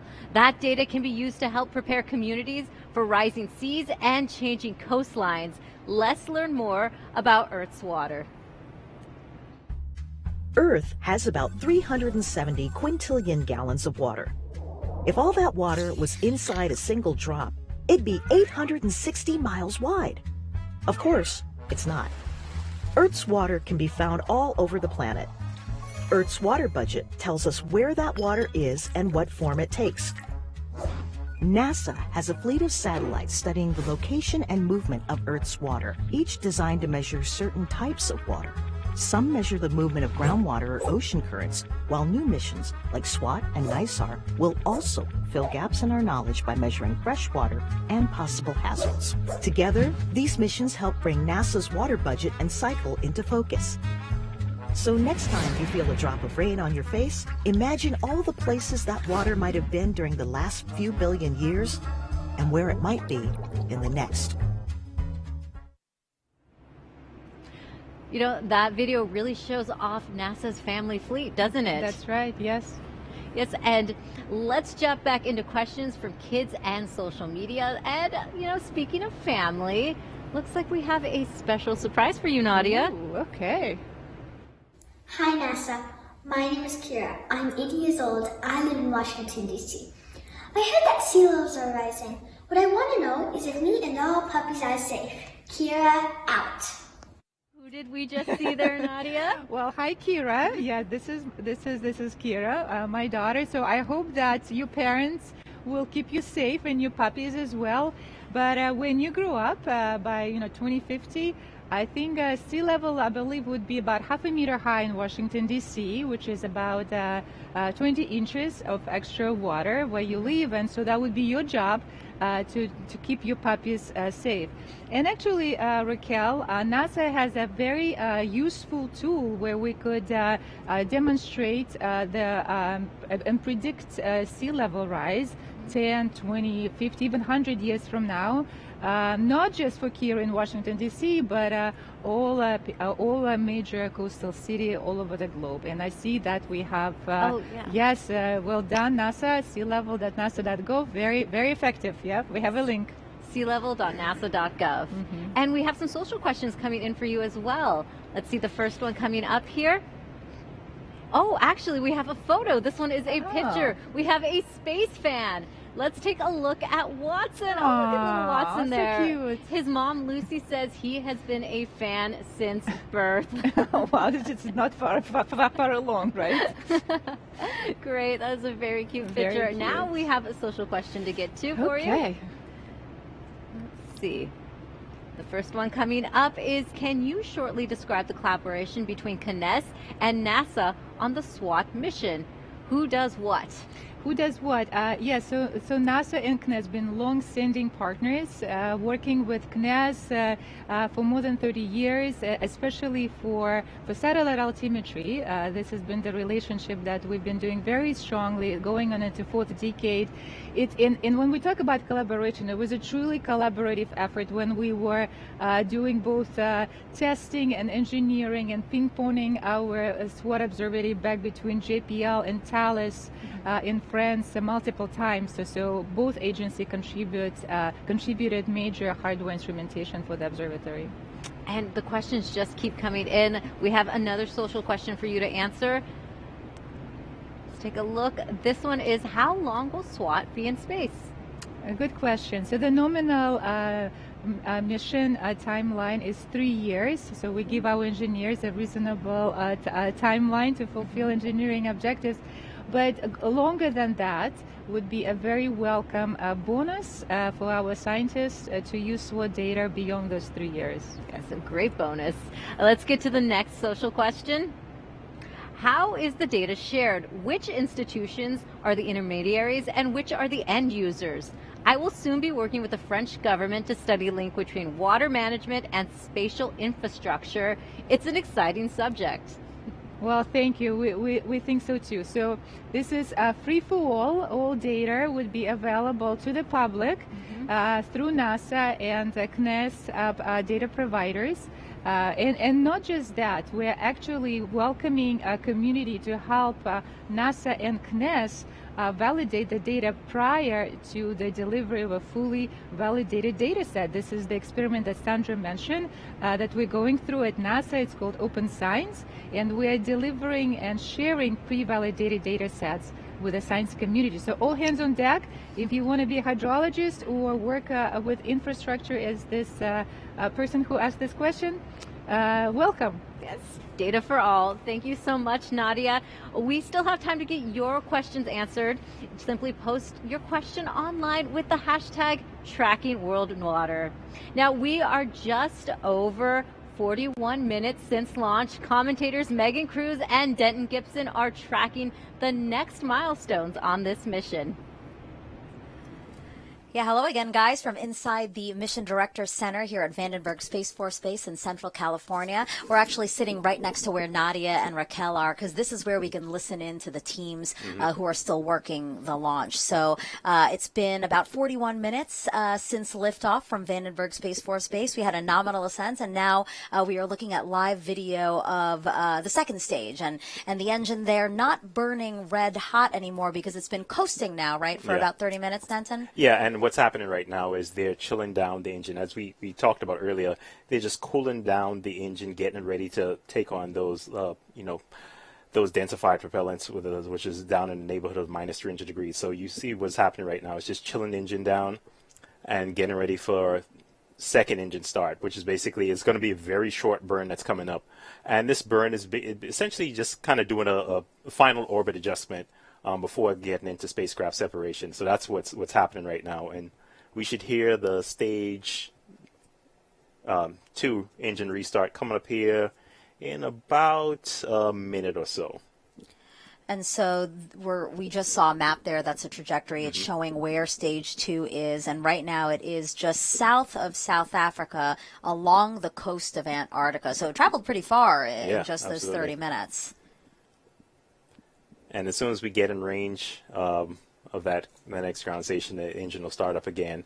And then shortly after that, spacecraft separation will occur. And what ground station are we trying to hit? So the ground station that we're kind of targeting right now is Hartebeestok, which is on the south end of the African continent in South Africa. So that's the ground station we want to get in range. We want to kind of capture that spacecraft separation. And so again, we need this burn to get it to. Yep. All right, and we see the engine lighting now. Again, the second burn of the second stage of Falcon 9, still carrying SWOT. It'll be a very short burn. And we already have nominal deploy orbit. Engine shutdown. And we just heard a call out that we are in the nominal orbit, so which means we are kind of on the correct path to go to spacecraft separation. I do just love that we see all this live video, and we expect to get some live video of spacecraft separation again in just less than 10 minutes. So you want to stick around for that, but for now we're going to send it back to Nadia and Raquel. Thank you, Megan and Denton. NASA's Jet Propulsion Laboratory led the U.S. portion of this international mission. JPL's director, Lori Leshin, joins us now. Welcome, Lori. Thank you. Welcome. Thank you both. What a fabulous job you're doing. Thank you. Well, this is your first launch as the director for JPL. Yes. How excited are you for this mission? Oh, I'm thrilled. I mean, first of all, it's just been an extraordinary day here, getting to be on console and then run outside and actually watch the launch, which was great, and hear those sonic booms when the booster came back. Our launch teams have been incredible, but I'm just so thrilled for the SWOT team, who's been, I've only been at JPL for 6 months. The SWOT team's been working on this for so many years, and thrilled for an exciting mission to come. Of course, we still need that acquisition of signal. We're not getting ahead of ourselves, but so happy that my first launch is an Earth science launch, because this is the planet we care the most about. Fantastic. While JPL is known for operating deep space missions, how much of JPL's work is devoted to studying Earth? It's more than people think, right? People know us for cool Mars rovers and helicopters and for orbiting Jupiter and these and wonderful telescopes that look into deep space. And of course we do all of that. But in fact, with the launch of SWOT, we now have 15 Earth science missions currently operating, either dedicated missions or big instruments on other missions. So we've got a lot of eyes on Earth at JPL. And the thing about them is, whenever we do something at JPL, we want it to be technologically advanced. So we're always the ones trying to really push the boundaries of what's possible, and that's really what SWOT's going to do. It's a whole new way of measuring Earth's water, and we always want to be pushing the boundaries of innovation. With all those 15 missions, now we've got about 7 more that we're working on that we'll be launching in the next few years. So a lot more Earth science work ahead of us. So what are those next 7 missions that you mentioned, Lori? What's in the pipeline? Yeah, so there's 4 of them are going to launch in the next couple of years. So the first 3 are are fairly small, actually, small missions that have kind of focused objectives, but really important things like looking at aerosols, particles in the air, working with actually local medical professionals in cities to try and understand the impact of aerosols on health. What a really interesting idea, right? We have a mission that's going to be looking at the heat at the poles of the Earth to try and understand better sort of the thermal environment there, so that as we the poles really help drive circulation and climate change, and so understanding that environment is really, really important. And the third one is actually going to work on methane super emitters, one of the most powerful greenhouse gases. We're going to be detecting it with greater sensitivity than ever from space, so that we can actually mitigate methane emissions, which is super exciting. So those are all three kind of small ones. But the next really big Earth science mission, sort of on the scale of SWOT, is a mission called NISAR, which is a collaboration, NASA's first major collaboration with the Indian Space Agency. So exciting. And if SWOT is focused on water, NISAR is focused on land. It's really going to be a mission that's going to teach us help us sense and detect changes in land that are affiliated with things like earthquakes and volcanoes. Oh, I so wish it was up there right now as Mauna Loa is erupting. But it's going to help us see those things better from space. It's going to help us understand vegetation all across the land, and many, many other applications that are going to be so valuable to folks. So we've got the water covered with SWOT, and we'll have the land covered with NISAR. Gloria, that sounds like so many great missions ahead. Thank you so much for joining us today. When LSP selects a rocket for a mission, they have to take into account just how hot it gets. Jasmine spoke with a thermal engineer about protecting the precious cargo. Joining us now is Dave Purick. He is the lead thermal engineer from the Launch Services Program for the SWOT mission. Thank you so much for being here, Dave. Well, thank you for having me. It's a pleasure being here and talking a little bit about what we've been doing from SWOT from the thermal perspective. Awesome, very exciting. So you focus on integrated thermal analysis, a big term. Can you break that down for us? Absolutely. So an integrated thermal analysis is just like it sounds. You're integrating different entities, and in this case, we're integrating a second stage launch vehicle model and a unique spacecraft along with the interface that connects the two, like your payload adapters and your isolation systems, and seeing how they interact with each other and making sure that one doesn't adversely affect the other. Right, so you're really kind of protecting the spacecraft from the rocket and vice versa. Absolutely. And so as part of an integrated thermal analysis, we're really running mathematical models to make temperature predictions on launch vehicles and spacecrafts. And so what that entails is, as a thermal engineer, you're really worried about three different modes of heat transfer: radiation, conduction, and convection. So convection is, think of when you're outside and the wind is blowing, that's convection. So radiation, it's like the sun beating down on you, solar radiation.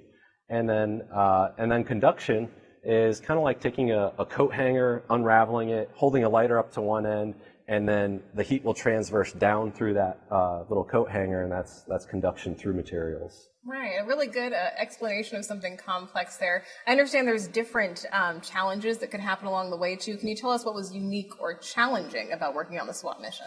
Yeah, so when we're doing any of these assessments, the three main modes of heat transfer that I just mentioned, well, once you're in the vacuum of space, one of them goes away because you no longer have convection. You're in vacuum, and so for SWOT in particularly, we had to face some modeling conversion challenges. We are working with our European counterparts in CNES and Thales, and they threw us a curveball pretty early on, and we didn't necessarily know what one of their software packages were, so we used a lot of really good teamwork and collaboration throughout the agency, and not just Kennedy Space Center and JPL, but we leveraged our resources up at Goddard Space Flight Center, who has done some of these conversions before. And it's just the type of community and teamwork that our niche little area of analysis has grown over the years. Dave Purick, thank you so much for joining us. Well, thank you for having me. I appreciate it. Absolutely. Back to you. We are nearing spacecraft separation. Let's go back to our commentators, Megan and Denton. Yeah, we're about 51 minutes after launch, and now we are awaiting spacecraft separation. So SWOT, the spacecraft separating from Falcon 9's second stage. Yes, and that'll occur as we get closer to the Hartebeestad ground station. And now we see a good video there of the SWOT spacecraft looking up, and then there's another cycling through of the MVAC engine.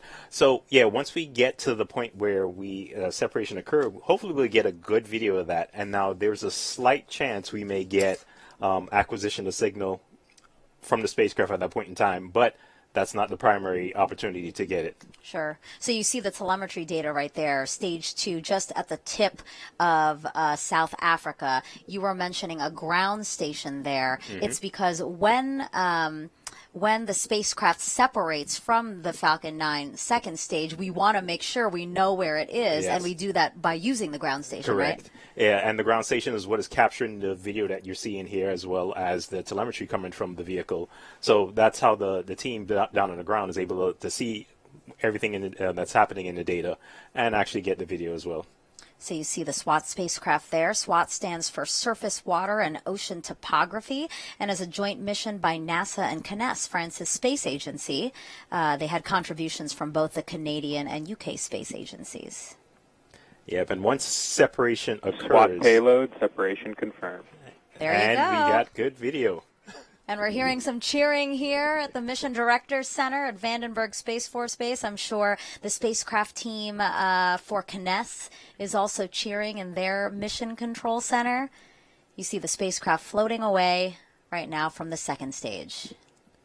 And at this point, the launch vehicle's job is done. So the second stage will just basically kind of back off, move away from the spacecraft, and kind of take itself out of orbit, just so we don't have any junk floating around after it's completed this mission.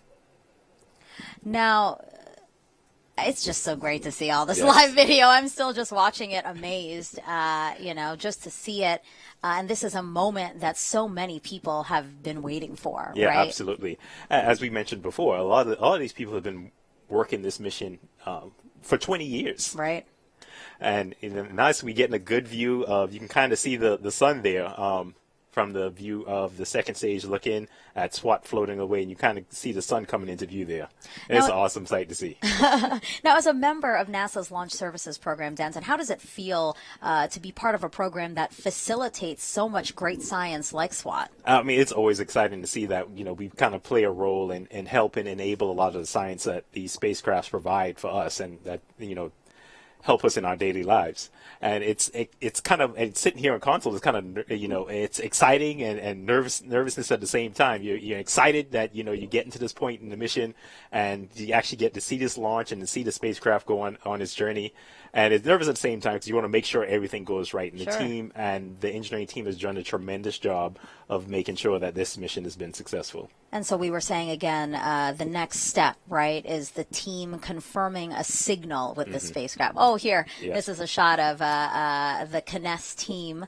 Again, this is a joint mission between NASA and CNES, France's space agency. So I'm sure everyone there was cheering the same that they were here at the Mission Director Center once we saw the spacecraft float away. Yeah, and hopefully we'll hear from the team in France that they have acquired signal from the spacecraft, and we'll be looking to hear that coming up soon, hopefully soon.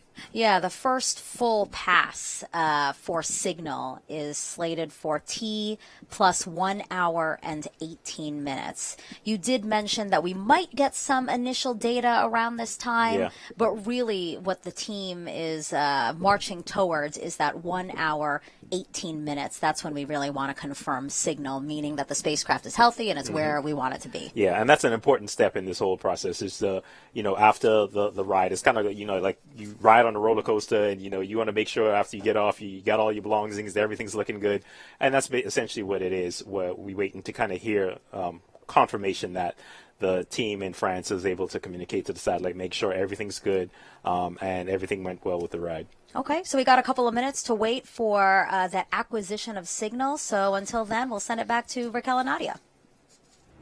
Thank you, Megan and Denton. We have some more questions to get to. The first is from a student who has a question, and her name is Micaela.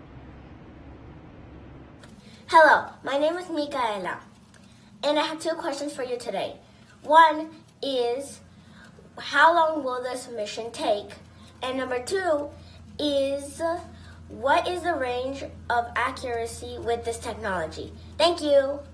Some great questions there. Yes, Michaela looks like a future engineer with a very smart question. So, Michaela, the prime mission timeline is 3 years, and our targeted accuracy for ocean heights is about a centimeter accuracy for smaller features, less than 1,000 kilometers, and for larger features, which we're going to use our other non-carrying altimeter, we're shooting about 3 centimeter accuracy and about 10 centimeters for inland waters. So great questions, Michaela. Yes, an engineering career in her future. Yep. We also have some more social media questions to get to. Let's take a look at the first one. When will SWOT data be publicly released? We'd have a first look at the data about nominally fall 2023. This is where we are inviting our science community, Raquel, to help NASA to validate and take a first look at the data. We call it a pre-validated data sets. So don't write your Nature papers yet. Okay. But fully validated data I expect it to be around the spring timeframe 2024. Okay. And we have another question coming in here on social media. Alessandra asks, what will be the probe's data processing centers? So the major processing data would be our French partners, and then data would be downlinked to JPL and back. So this is, again, a team effort. Yeah, showing off that international collaboration. Exactly. Let's get to our next social media question. Will it measure ocean depths at what resolution? Ocean depth, we're actually, I have a few scientists on the science team who are looking at the sea mounts and bathymetry using SWOT, and they are also excited to see and discover thousands of new mountains on the bottom of our oceans. So yes. Let's get to the next question. Is there more water in the atmosphere of Earth than there is on all the surface of oceans on Earth? What amount, if subterranean water, is unknown currently? They're really asking you tough questions. Yes, and I think maybe they just was excited with our demonstration. So most of the water is, of course, located in the ocean. We just saw it in this hour gallon.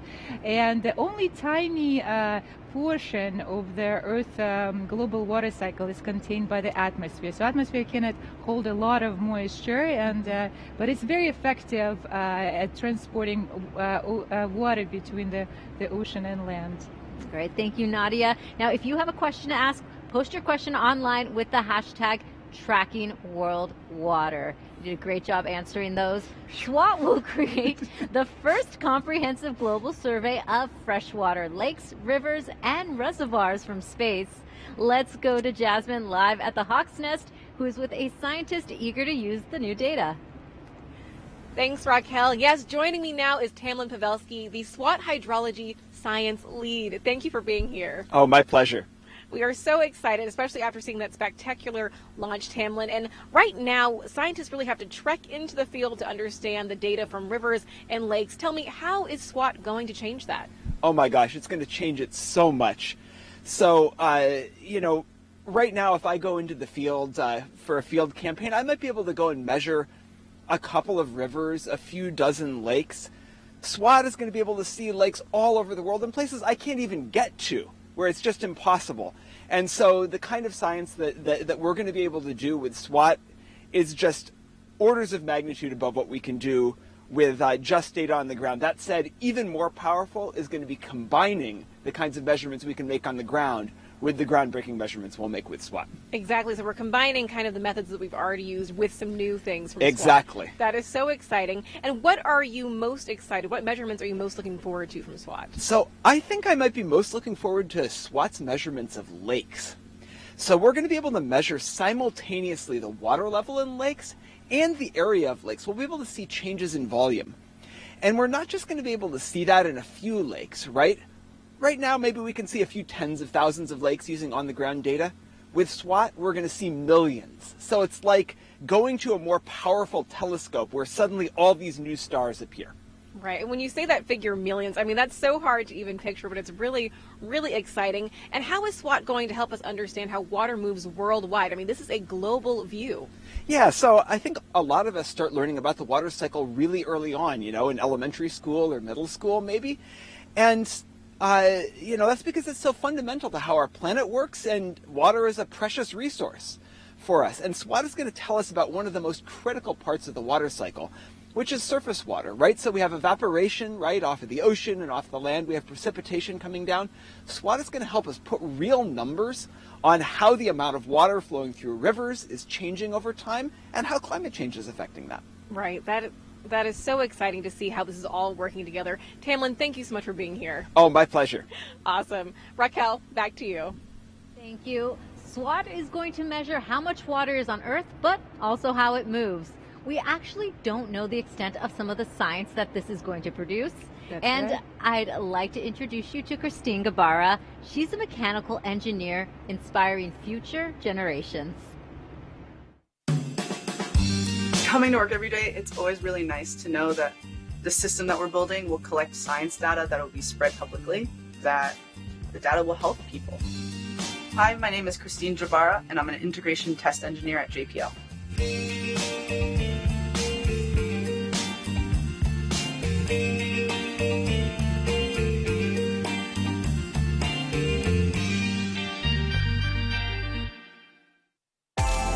SWOT is an Earth orbiting satellite. It stands for Surface Water Ocean Topography, and it'll give us more accurate data on how the water levels, the freshwater and the saltwater levels, are changing with time. The day-to-day varies a lot. We're usually either setting up for a test, testing, breaking down from a test, or moving the spacecraft. The coolest parts of SWOT to me are the engineering bits that are slightly extreme. So I've really enjoyed working on the deployable antennas. It's nerve-wracking, but it's a well-rehearsed dance. And when the antennas actually deploy, they're really beautiful. They're moving slowly and intentionally, like a butterfly. I grew up in Houston, Texas. I was very lucky to be part of the Girl Scout sailing program, where they taught us not only how to sail, but they taught us the very basics of aerodynamics and how the sailboat worked. I became an aerospace engineer because of that program. The ability to say, oh, I know how this works, and then going to implement it in like a way that was fun and exciting was really rewarding. If I were to tell a little girl how to get into engineering, I would tell her just to get started in whatever way feels exciting and natural. It gets a lot easier once you just get started and start tinkering with things and building whatever excites you. It's not lost on me at all that I grew up sailing and I still love the water, and the spacecraft that we're building will help us track our oceans and our lakes and our rivers. Hopefully we'll be able to sail for much, much longer in beautiful blue waters.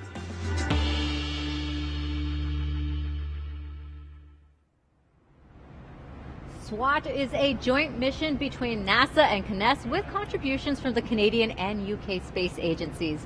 Joining us now is Caroline Laurent, the Director of Orbital Systems and Applications at CNES. Thank you for joining us today. Hi everybody. Hi, Caroline. What does it mean to finally see this satellite in space? Well, it's so great. It's such an experience. What I'd like to say is I'm so proud of everybody. I'm proud of the French teams, of course, of my teams from CNES and Thales Alenia Space, but I'm also so proud of our collaboration. And of course, this success is due to our common teams and to NASA, JPL, and SpaceX. I want to congratulate everybody for this incredible launch.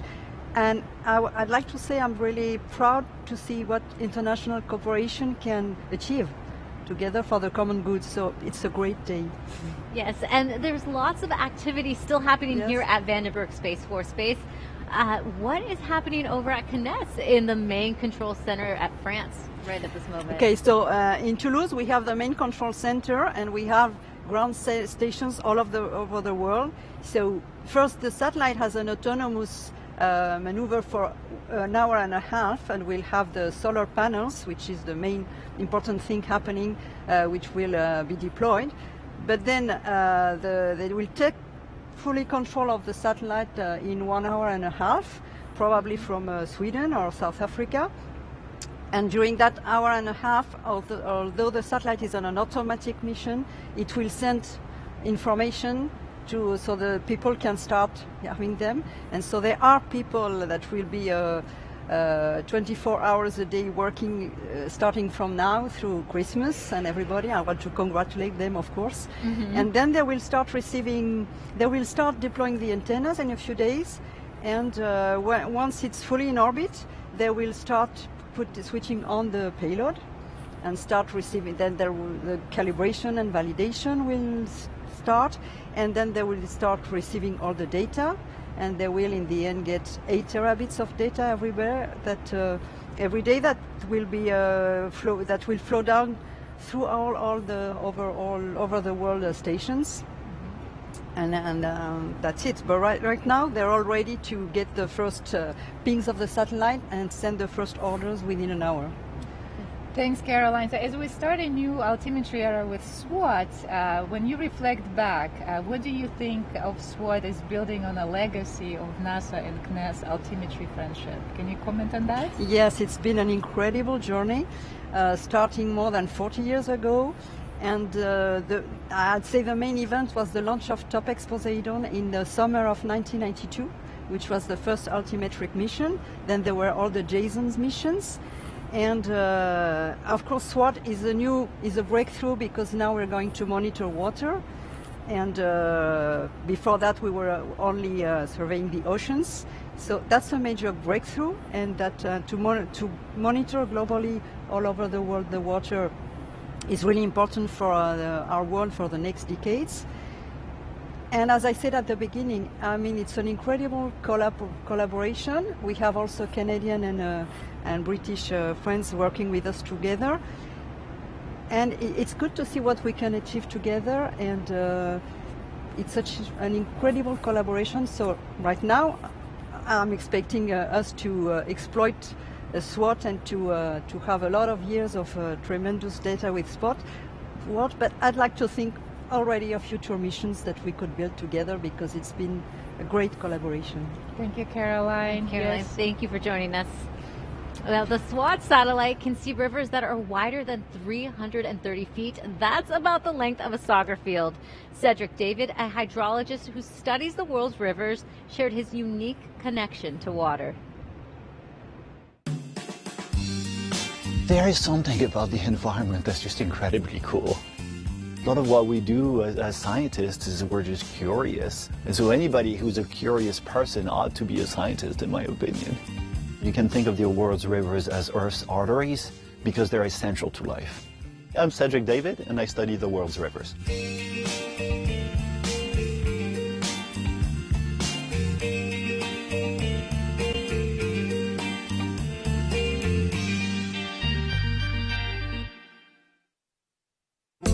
SWOT is a mission that is specifically designed in part to observe rivers, and it's also being designed jointly by NASA and the French Space Agency.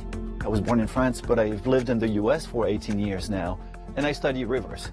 So SWOT is a little bit of a match made in heaven for me.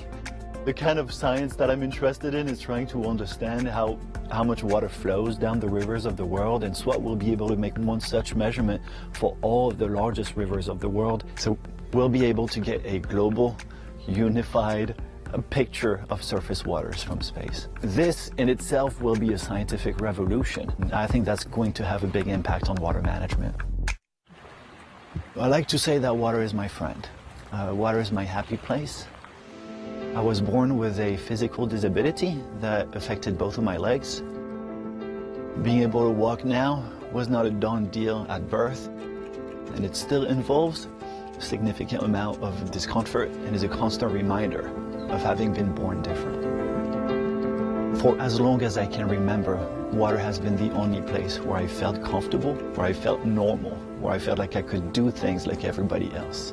When I get in the water, it's just like, I mean, you're floating. When you're floating, it's just like all the pain goes away. As a kid, my parents would take my brother and I all the time to jump in the Mediterranean. But to this day, we still do it on New Year's Day every year. planning for future generations requires us understanding how much water we have. And SWOT will be able to provide that global view of the world's fresh waters. And in my opinion, it might very well become the key that unlocks surface water observations around the world and unleashes surface water management. So it might help us make sure that everybody gets access to fresh water. Now more than ever, it's important to recognize that water connects us all, and it might be the one thing that unites us all.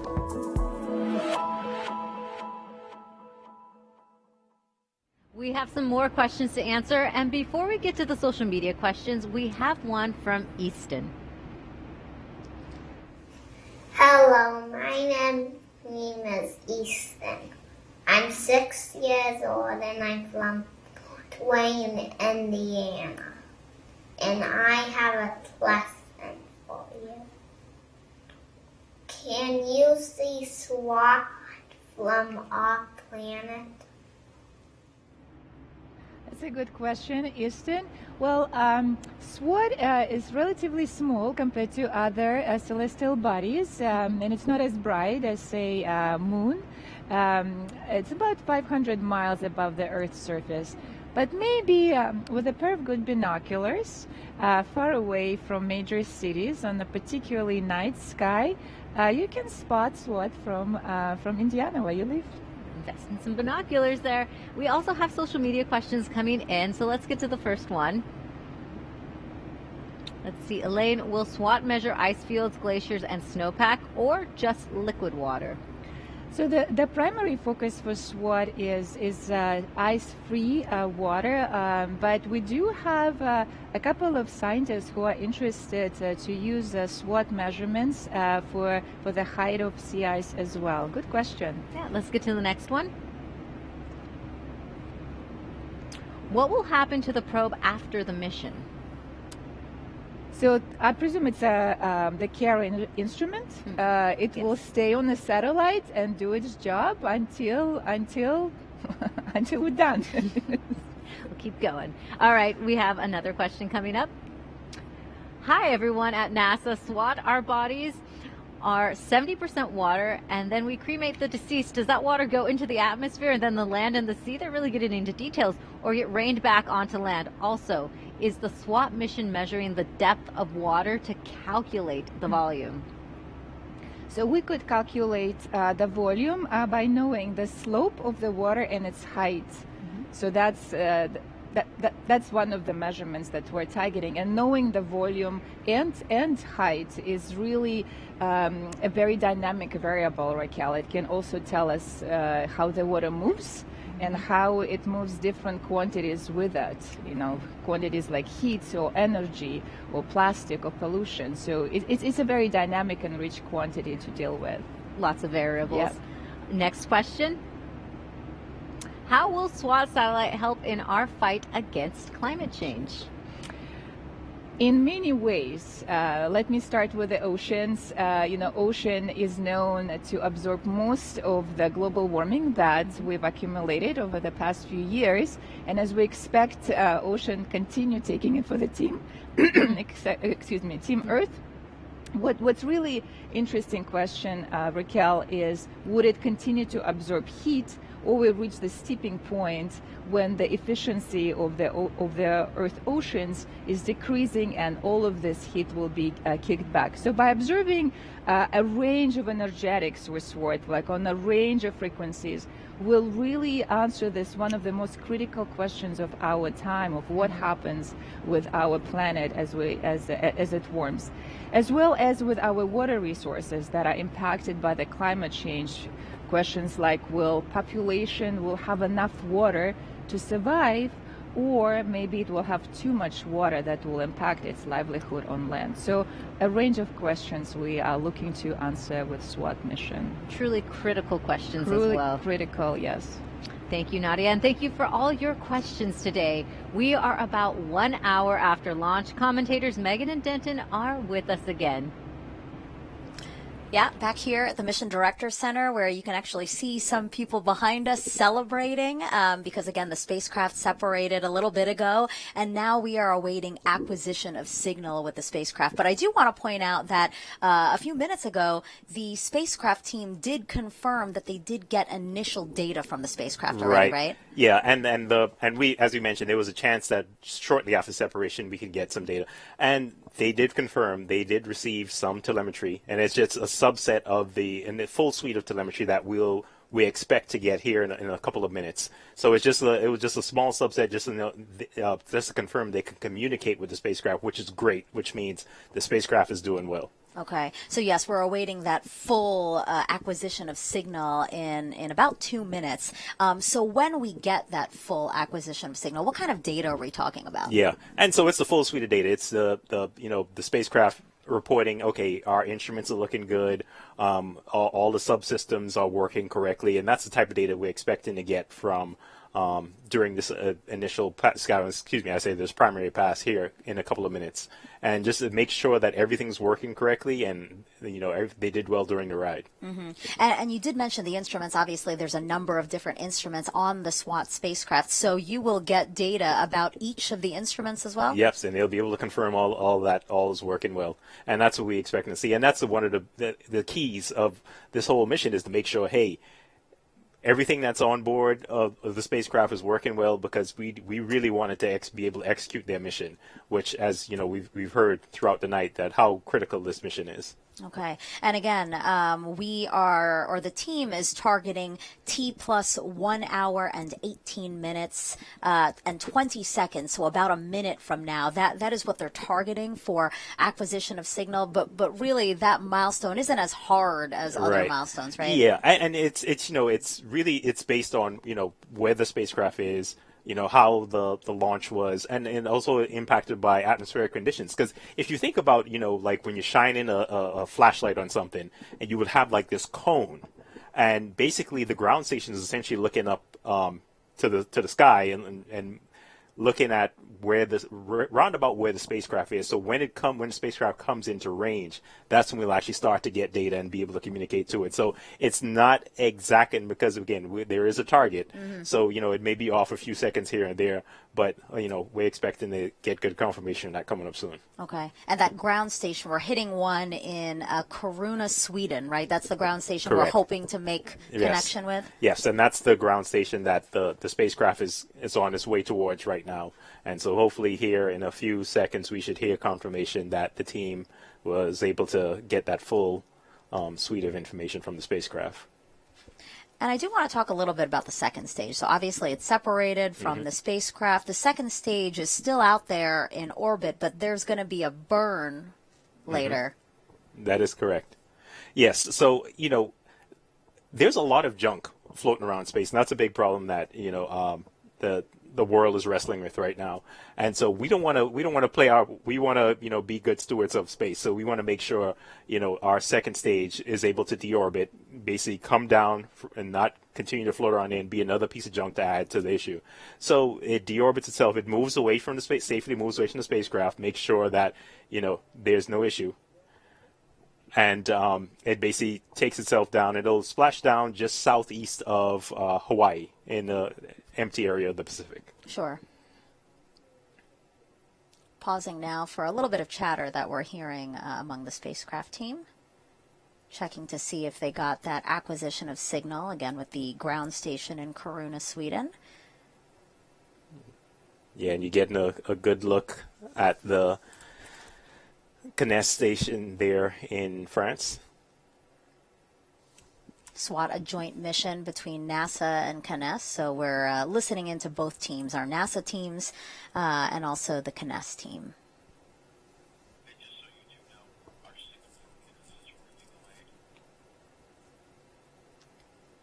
And hopefully we'll see another second round of cheering once they get that full suite of information there. Or at least a huge sigh of relief. But it is already so reassuring that they got that initial. Yes. You know, absolutely. It's like, hi, I'm here. Yes, and that's it's huge because you know your spacecraft is working well after the ride up to space. Yeah, I guess that initial acquisition, I guess, could be said as like, hi, I'm here, and then the full one is like, okay, now I'm ready to work, Yeah. right? It's Is like, that now a good I'm checking way out myself. I'm checking all my subsystems. Hey, here's all the information you need to say, okay, we're working good, and we are ready to start our mission. Mm-hmm. And one good thing about acquisition of signal is you know, there are a number of other ground stations that they could hit over the next couple of hours. This is just that first opportunity. Right. And yeah, there's ground stations little all around the globe. And once we're in range of any of them, we are able to acquire the data from the spacecraft.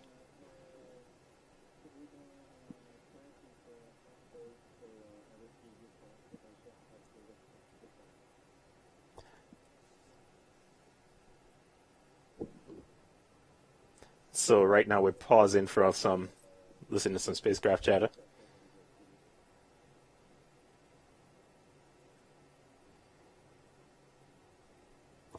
So right now we're in range of the Karuna ground station.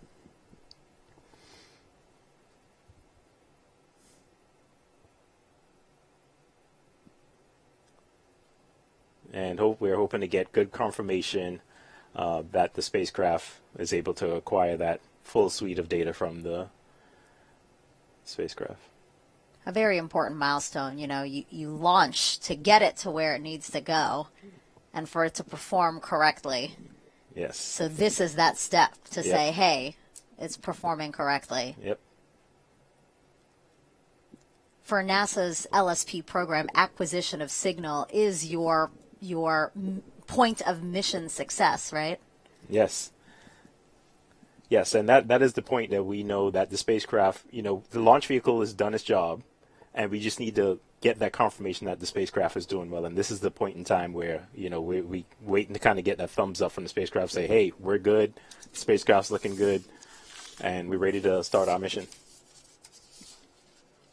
Again, SWOT stands for Surface, Water, and Ocean Topography. It's the first satellite mission to survey nearly all water on the Earth's surface with unprecedented detail and accuracy. You know, researchers want to understand how water resources are changing, you know, where the water is today, where it's coming from, and where it's going, and what impact those changes will have on local environments, and also how the ocean reacts to and influences climate change. Because I learned from doing research on this mission that Earth's seas absorb more than 90% of the excess heat trapped in the atmosphere by human-caused greenhouse gas emissions. Yeah. And, you know, it's so amazing to kind of be a part of Nominal a deorbit mission that is going to accomplish something that'll, affect humanity and help humanity.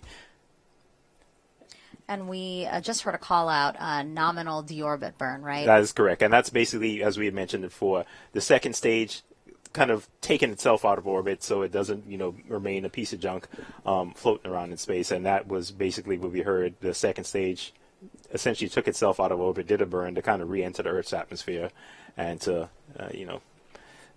impact somewhere southeast of Hawaii.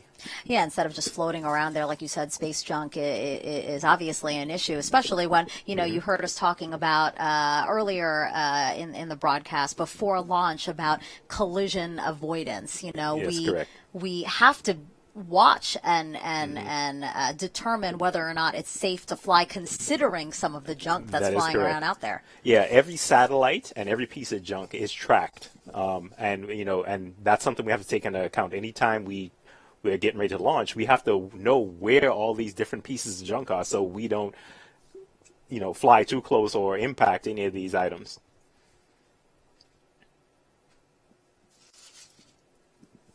And there's a look at the NASA management team, all waiting around, hopefully getting that confirmation from France that their full passes went well and they're able to acquire all the data required from the spacecraft. Yeah, as you said, we are within range of the ground station we're trying to hit in Kiruna, Sweden. We now hear CNES over the audio loops trying to contact our NASA team.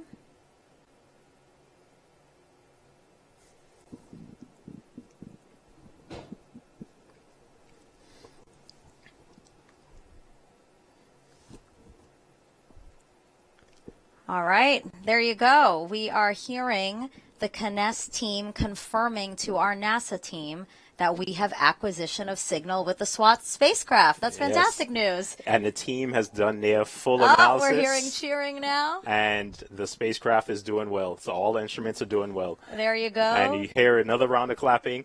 And you can see it there on the screen. Applause here at the Mission Director Center. I'm sure also in France, in CNES's control room.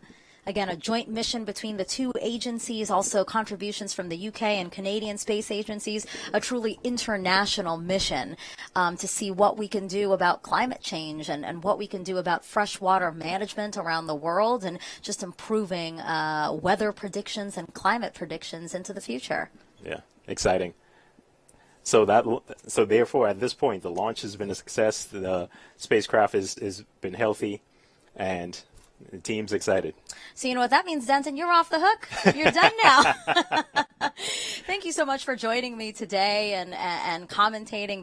There isn't another person I would have want to experience the mix of emotions, the potpourri of emotions, if you will, that we experienced today. First, always a little anxious in the countdown, and then thrilled, excited for launch, and then, to be honest, a little surprised for the sonic boost.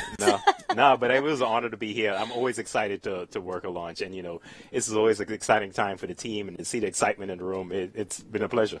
Yeah, Denton, thank you so much, and I hope we do this again soon. I really appreciate your time. Thank you so much. Okay, so we're going to send it back to Raquel and Nadia, and then you're going to come back over here because I want to introduce you to a very special person for today's launch. And to echo in her sentiments, thank you, Denton, for everything today. And Nadia, there was some round of applause for you here, too, when there was acquisition of signal. Thank you, and it was just such a nice thing for SWOT to say hello to all of us, that it's doing well. Hello back. Hello, absolutely. SWOT will help scientists see the Earth's water in high def. And Nadia, you have been anxious to put on what you have been calling the SWOT goggles. That's right, Raquel. Let's do it. Okay, we got them on. So we're calling it a SWOT goggles, and they're magic glasses that allow you to see Earth water in a super high definition, just like when you go from your old VHS tape to the plasma TV 4K resolution. And what it does is that just brings a lot of excitement to the scientists that we're going to see Earth water like we've never before. Just think of James Webb Telescope and what it looked at the universe with this clarity and definition like never before. So let's just do a little bit of a demonstration. Like imagine this is the wave, that this is how we see it. Planning for future generations requires us understanding how much water we have. And we need to understand the water cycle in a lot of detail, and SWOT will provide that for us. My name is Tahani Amar. I'm Cedric David. Mark Simard. Christine Jabara, and I'm an integration test engineer at JPL. I study the world's rivers. I'm one of the principal investigators for SWOT. SWOT is an Earth orbiting satellite. It stands for Surface Water Ocean Topography. SWOT will for the first time make measurement of water surface elevation, not only on the ocean, but also on the lakes and rivers of the entire globe. This in itself will be a scientific revolution. Collaborations and relationship build bridges, and SWOT will be that bridge across the world. SWOT is being designed jointly by NASA and the French Space Agency, with help from Canada and the UK. I was born in France, so SWOT is a match made in heaven for me. Coming to work every day, it's always really nice to know that the system that we're building will collect science data that will help people. I think finally I found a meaning to all of my research. I believe SWOT will create a lot of peace because we all need water. Now more than ever, it's important to recognize that water connects us all, and it might be the one thing that unites us all.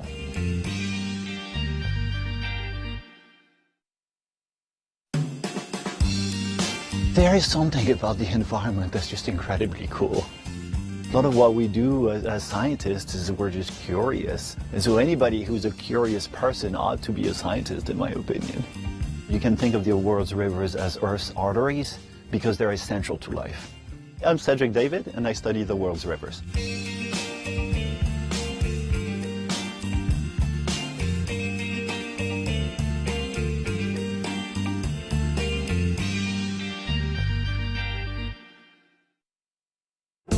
SWOT is a mission that is specifically designed in part to observe rivers, and it's also being designed jointly by NASA and the French Space Agency. I was born in France, but I've lived in the US for 18 years now, and I study rivers. So SWOT is a little bit of a match made in heaven for me. The kind of science that I'm interested in is trying to understand how much water flows down the rivers of the world, and SWOT will be able to make one such measurement for all of the largest rivers of the world. So we'll be able to get a global, unified picture of surface waters from space. This in itself will be a scientific revolution. I think that's going to have a big impact on water management. I like to say that water is my friend. Water is my happy place. I was born with a physical disability that affected both of my legs. Being able to walk now was not a done deal at birth, and it still involves a significant amount of discomfort and is a constant reminder of having been born different. For as long as I can remember, water has been the only place where I felt comfortable, where I felt normal, where I felt like I could do things like everybody else. When I get in the water, it's just like, you're floating. When you're floating, it's just like all the pain goes away. As a kid, my parents would take my brother and I all the time to jump in the Mediterranean. But to this day, we still do it on New Year's Day every year. Planning for future generations requires us understanding how much water we have. And SWOT will be able to provide that global view of the world's freshwaters. And in my opinion, it might very well become the key that unlocks surface water observations around the world and unleashes surface water management. So it might help us make sure that everybody gets access to fresh water. Now more than ever, it's important to recognize that water connects us all, and it might be the one thing that unites us all.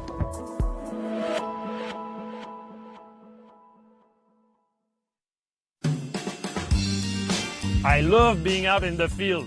Coming out to the field keeps me in touch with reality. I'm Marc Simard. I'm a SWOT principal investigator, and I study the dance between the tides and the rivers.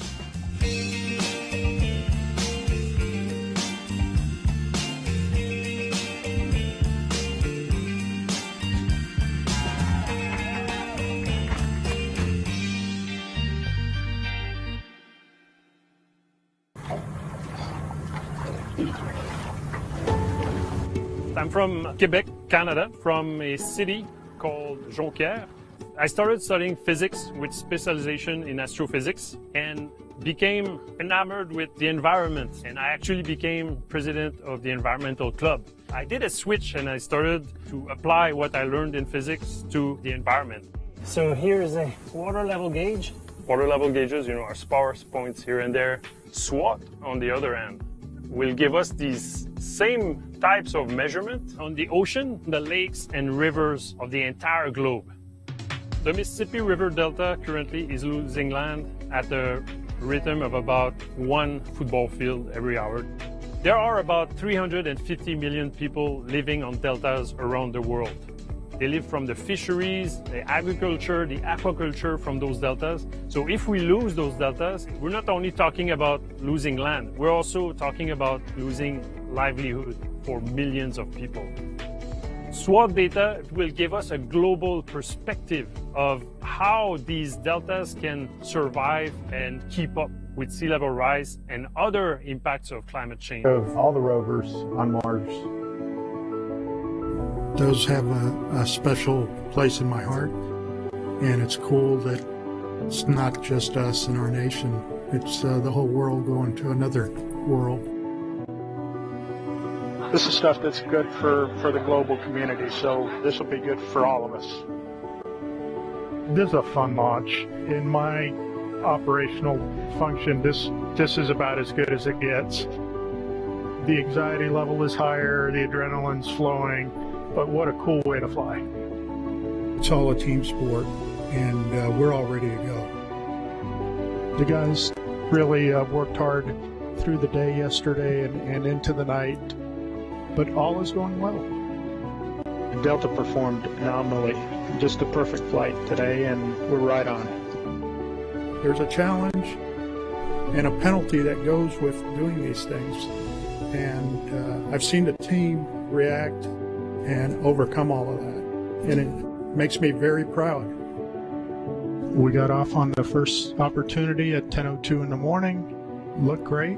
The weather cooperated with us, and the upper level winds cooperated with us, so the vehicle was perfect, the spacecraft was perfect, the range instrumentation worked great. Couldn't ask for better. And all stations on the NLM-net, this is the NLM with our final launch readiness poll. Launch vehicle, spacecraft, and range are reporting green. I guess at this point that means that we can bring to our conclusion our coverage today. This is Atlas Launch Control. Conclusion. Wow. How are you feeling? A lot of memories there. I can't leave. Yes! That video did what we wanted it to do, which was to convince you to stay. No, that was beautiful. Thanks everybody for putting that together. I know it took some work to do that, and that was beautiful. A lot of memories there, and you know, that's our family, the traveling circus. You know, just to know that you've played such a role in so many historical missions and made such great friends throughout the way, enough to call them a family, you'll be missed. Absolutely, Omar, you'll be missed. And I'll miss them. That's, you know, this job takes a lot out of you because of the travel. But, you know.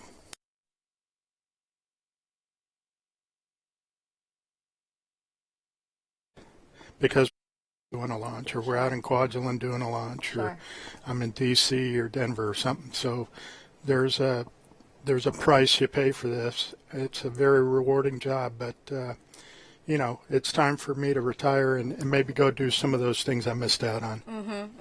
So Again, hard to see you to leave, but you definitely deserve a wonderful retirement, and we wish you all the best, Omar. Thank you. Thank you so much. All right, guys, back to you. Omar, congratulations on your retirement again. You will be missed. Now, Nadia, do you have any final thoughts about launch and the SWOT mission? Today was a truly pivotal and defining moment for our aerospace science industry. We're setting new standards in satellite altimetry that would hopefully maximize our scientific and societal returns. So to my engineering team, thank you. You guys did it. You are our miracle workers. We appreciate it and grateful. And to my science team, well, let's get to work. I cannot wait to see your discoveries for societal benefit. And Raquel, thank you for having me. That was fun. It was fun. Thank you for joining us, Nadia. Now, as a mission scientist, we appreciate all your invaluable insight today. Now, that concludes our launch coverage of SWOT. As we say goodbye from the West Coast, here's one last look at this morning's Falcon 9 launch. For updates on this and future launches, check out blogs.nasa.gov/SWOT and the NASA newsletter. Thanks for watching. 9, 8, 7, 6, 5, 4, 3, 2, 1. Engine ignition and liftoff. Liftoff of SWOT, our first global survey of Earth's surface water to study how this ever-changing resource affects our climate.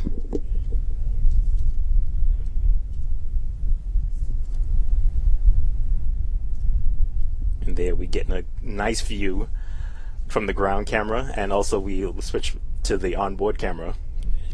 Now, Denton, you didn't go outside to see the launch, but now we're